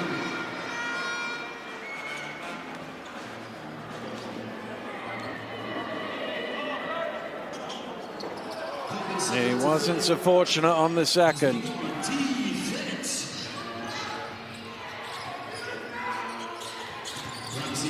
Ramsey drives, but his pass is blocked off by DeBose, and it's going to be an unsportsmanlike foul on Onwas. Coming over the back from behind. By the letter of the rule, I think that's the right call, but it's a little unfortunate on Onwas. Exactly, and there was no intent in the play, and that's where players think, well, I didn't mean to foul him, I'm not going after him. It's not like he's trying to stop the break. But Ian DeBose did the smart thing of just cutting across the defense. But like you say, last man, breakaway foul, it's always going to be called unsportsmanlike. Well, DeBose wanted to shoot that free throw. The referee had blown the whistle because he wanted to get the floor wiper on. Yeah, give him a practice.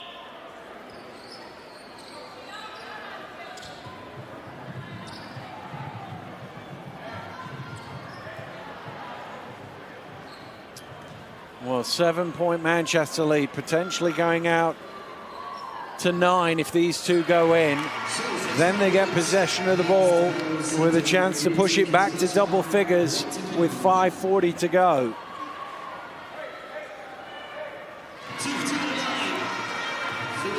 Ian DeBose having a really good game. He's a dunking machine today, Dan. 3 dunks for Ian DeBose. 24 points, 9 of 11 shooting for DeBose, as well as 3 assists and 4 steals.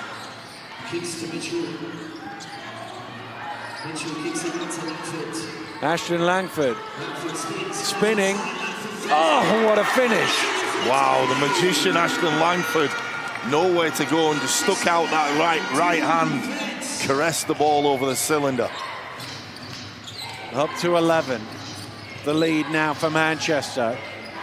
Peaked at 17 in the first half. Caledonia made a run around half-time. Can they make another here in the last 5 minutes?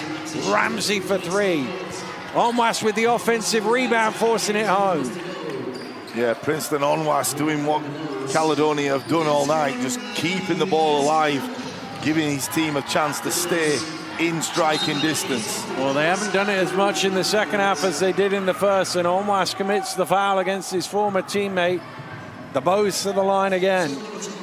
Ian DeBose could get to 26 points personally. Are we looking at a rare 30-point game by him? Well, you spoke to him before the game. You might be speaking to him at the end as well.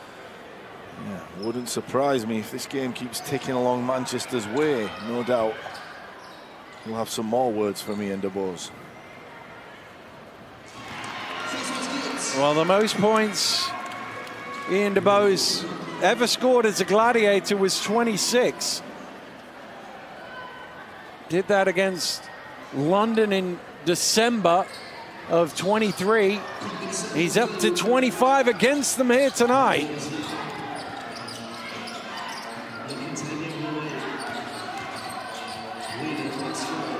Whelan. Can he keep it alive? He tried to throw it off John, but it bounces right to Irvin. Here's John to the finger roll. Didn't quite have enough, and Barnes plucks it off the rim. Here's Whelan. DeBose knew the danger there, got right out to Patrick Whelan. Barnes open for three, stretching the floor, the big man. Great composure by Patrick Whelan. He was doubled on the wing, just held the basketball long enough for Barnes to get a good look. And 7 points is not insurmountable for Caledonia. He doesn't shoot a lot of threes, Barnes, but he can knock it down from out there. He's not missed a field goal tonight. He's 6 of 6 for 14 points. Here's Ashton Langford to the fadeaway. That one rims out. Surely time for one of those long Ashton Langford threes from the top of the key. Well, he hit the dagger shot on Tuesday. Here's Barnes, lane to the rim. Foul by Ashton Langford. And that's a big foul because that's his fourth.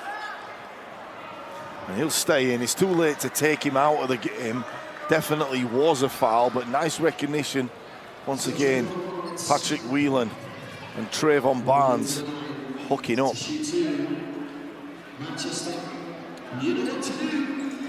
4 fouls, 12 points, 8 assists, 4 rebounds, 7 steals.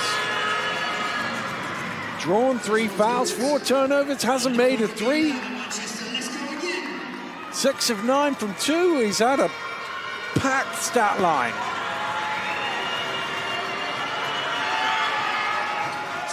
Barnes cuts it back down to 5. It only seems the blink of an eye ago that it was double figures. Caledonia reeling them back in again. Oh, it's nearly lost by DeBose, but a whistle giving him relief as Ramsey is called for the foul. That was a tough break. Could have gone either way, really, and we could have been looking at a 3-point basketball game, but my grammar is not the best, Dan, but are we looking at possibly the impossible? Even impossible is saying I'm possible, Jason. I don't know if impossible is saying it, but we'll find out in the next 3:26. Here's DeBose down the lane. He will not be denied his best score in this country against his old team. Ramsey throws up a circus shot.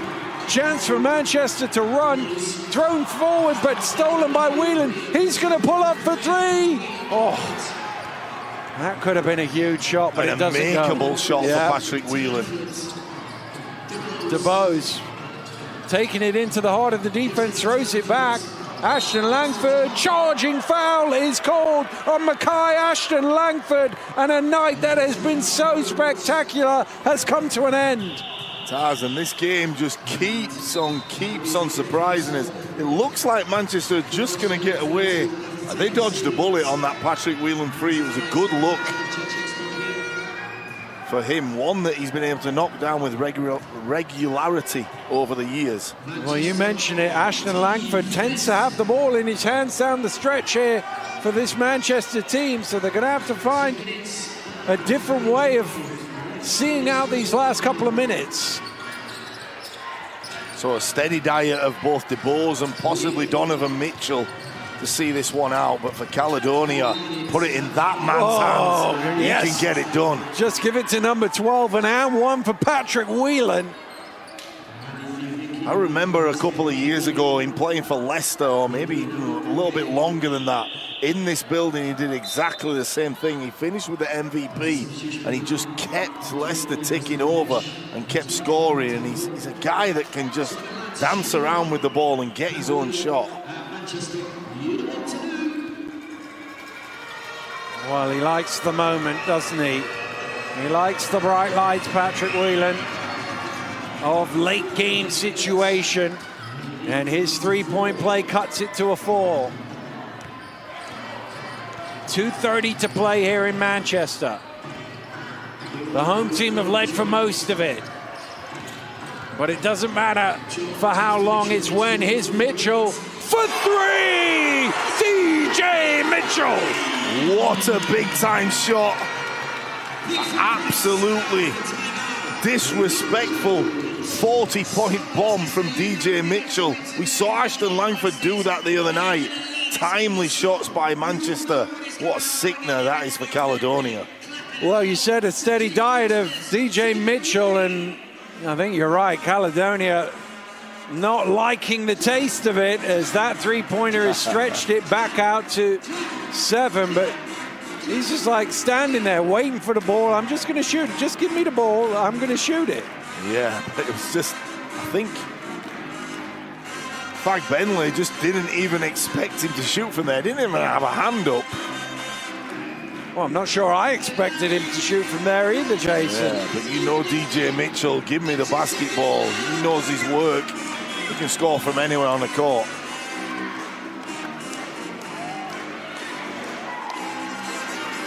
Well, DeBose with his highest score in British basketball with 27 coming against his old team, Patrick Whelan. He's been here before, leading the way with 26 personal points. So playing against both Newcastle and Leicester, you didn't really feel that it was going to be a really easy win against either of those teams. This one started off like it could have been, but I don't think Manchester will have felt any more uneasy than they do right now. Yeah. Well, they have the cushion. They've lost their playmaker, but there's only 2:15 on the clock. Whelan needs to get across midcourt. He just about did. Slightly slower than perhaps he ought. Onwas. Whelan wants it. Whelan gets it. Shot clock's really low, and that's a terrible foul with 2.6 seconds on the clock, because you're over the limit and they were going nowhere really. Yeah, but Patrick Whelan knows the moment. He's a really smart guy, and having the basketball in his hands, you can't kid a kidder. He can get by you and get to the line. And Cody John, not Patrick Whelan's first rodeo, that's for sure. Well, he's a career 85% free throw shooter. Whelan needs these two. Didn't even look like it was in doubt. Barely hit the bottom of the net.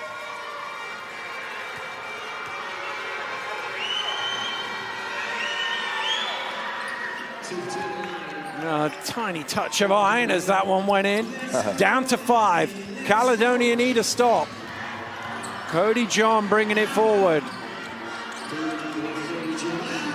Delpech shedding the screen. Stolen, not quite by Ramsey, got his hands on it. So it's at that point when we talk it MVP, but it's quite simple for me. If Caledonia pull off the win, Patrick Whelan will be that guy. If Manchester are able to hold on, they'll look no further than Ian DeBose. So both players having outstanding games. Who's going to win this ball game? Delpech gets it to John. John driving in. John off the glass. Another big finish. Timely scoring by Cody John. That's the third bucket he's had when they've really needed it. He can score the basketball. We didn't get to see it in the first half of the season because his minutes were sporadic. But tonight, Dan, he's been left out there and let play. And he's been great. Well, the moisture on the floor being thoroughly mopped up gives everybody a chance just to have a think, and the coaches to get their messages on.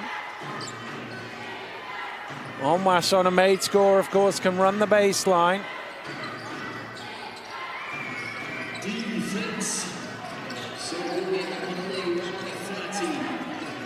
Whelan. Again, only just over the halfway line in time. Down 7, you'd think there'd be a little more urgency in terms of the speed they're going. Here's Whelan, though, open for 3. No, but Barnes with the offensive rebound. Onwas. Onwas back out to Ramsey. Ramsey. Whelan. Whelan again looking for the triple. This time it goes. And I was just going to say that previous one had to go down, but you cannot give him a second bite of the cherry. He's unlikely to miss 2 in a row at any point. Inside the final minute. Lob to Delpech. Fag Bentley had his hands on him. Fag Bentley, I think, would have stole the ball anyway. He didn't need to foul him. I think he did. Bunyan not happy, but I think there was a foul in there, but Patrick Whelan doing the damage at the other end. They couldn't afford to come up empty-handed. Lost a bit more time than they would have liked, but they cut it to 4 nonetheless. I'm not so sure that was a foul. We're going to have the luxury of probably seeing it again, or people watching at home will be able to see it. Referees see it in real time, but I thought he had a little grab of him. Delpesh is not a great free throw shooter. So if you're going to send anybody to the line, you send the guy who's basically a 50-50 chance.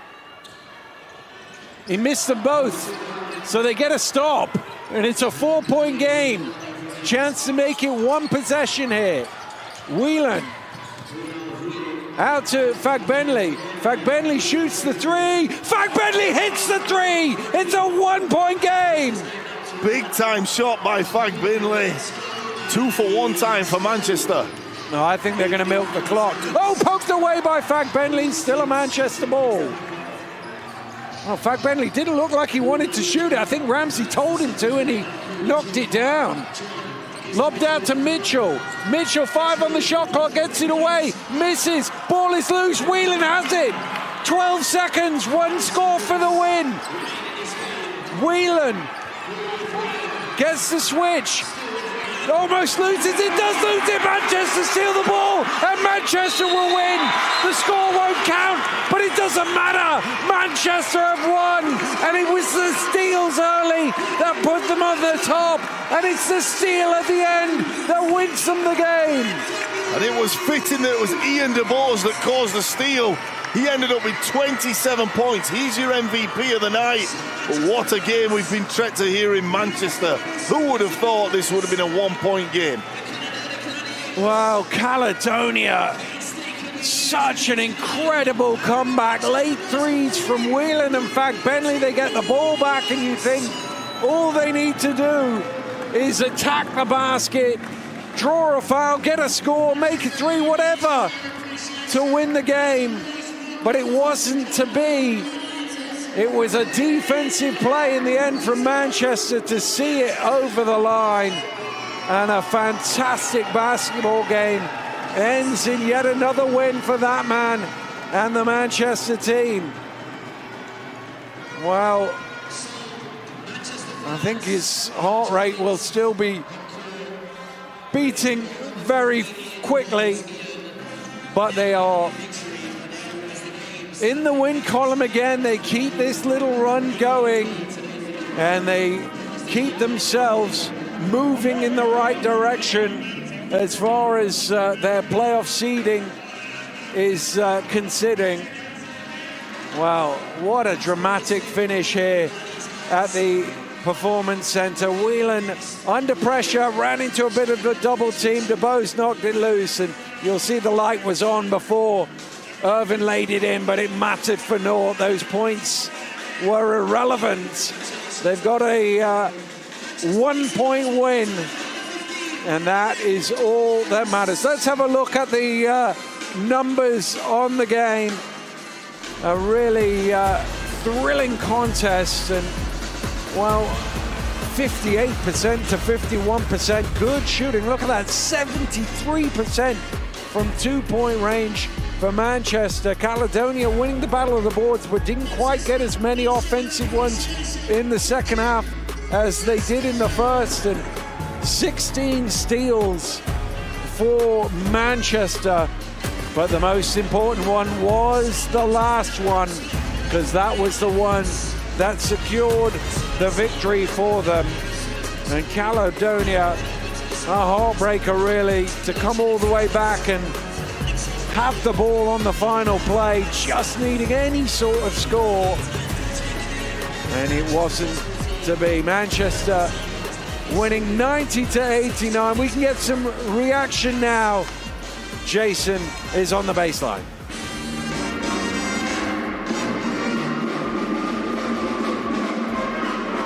Coach Mandoli, you've just beaten Caledonia by 1. You've played Leicester and played Newcastle.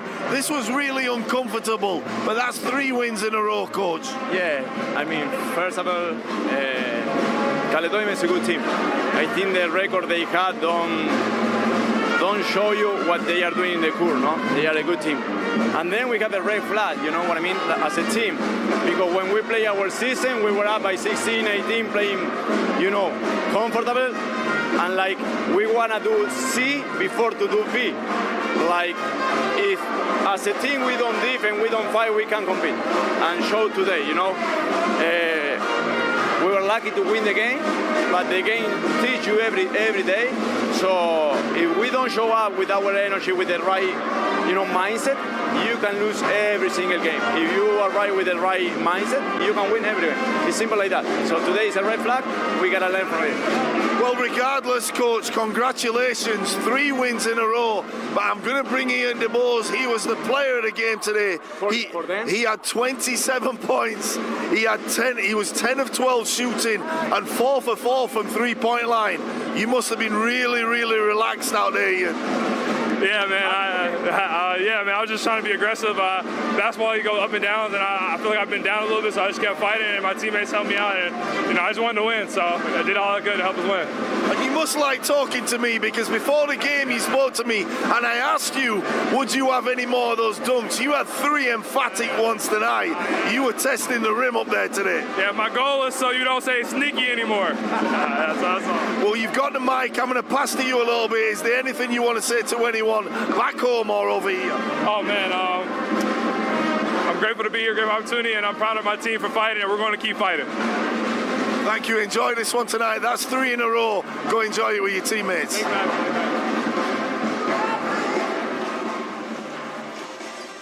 Well, what a performance from Ian DeBose. He will no doubt remember this one. This one will have tasted sweet against the team he started the season with to score his highest tally in this country and come up with some big buckets along the way.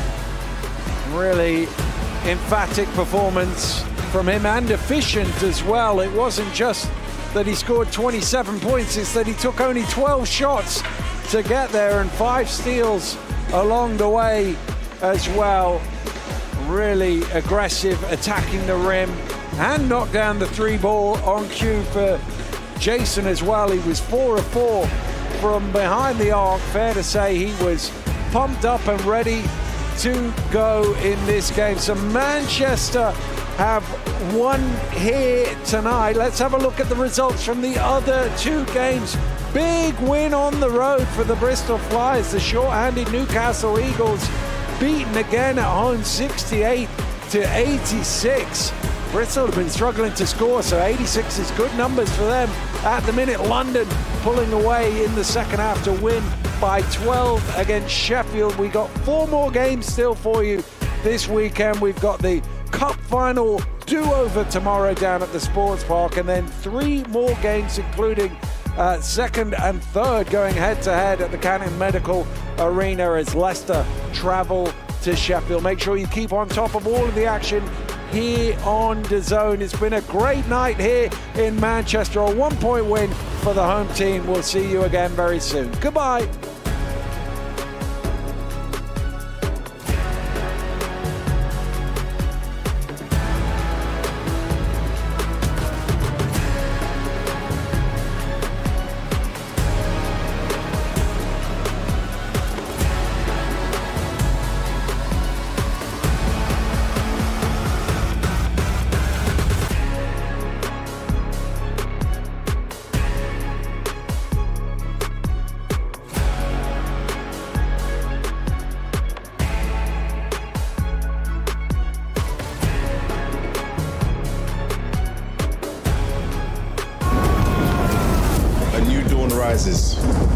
Where champions emerge and redefine the game, where limits are tested and greatness is unleashed. This is when legends are born. Super League Basketball. A new dawn is here.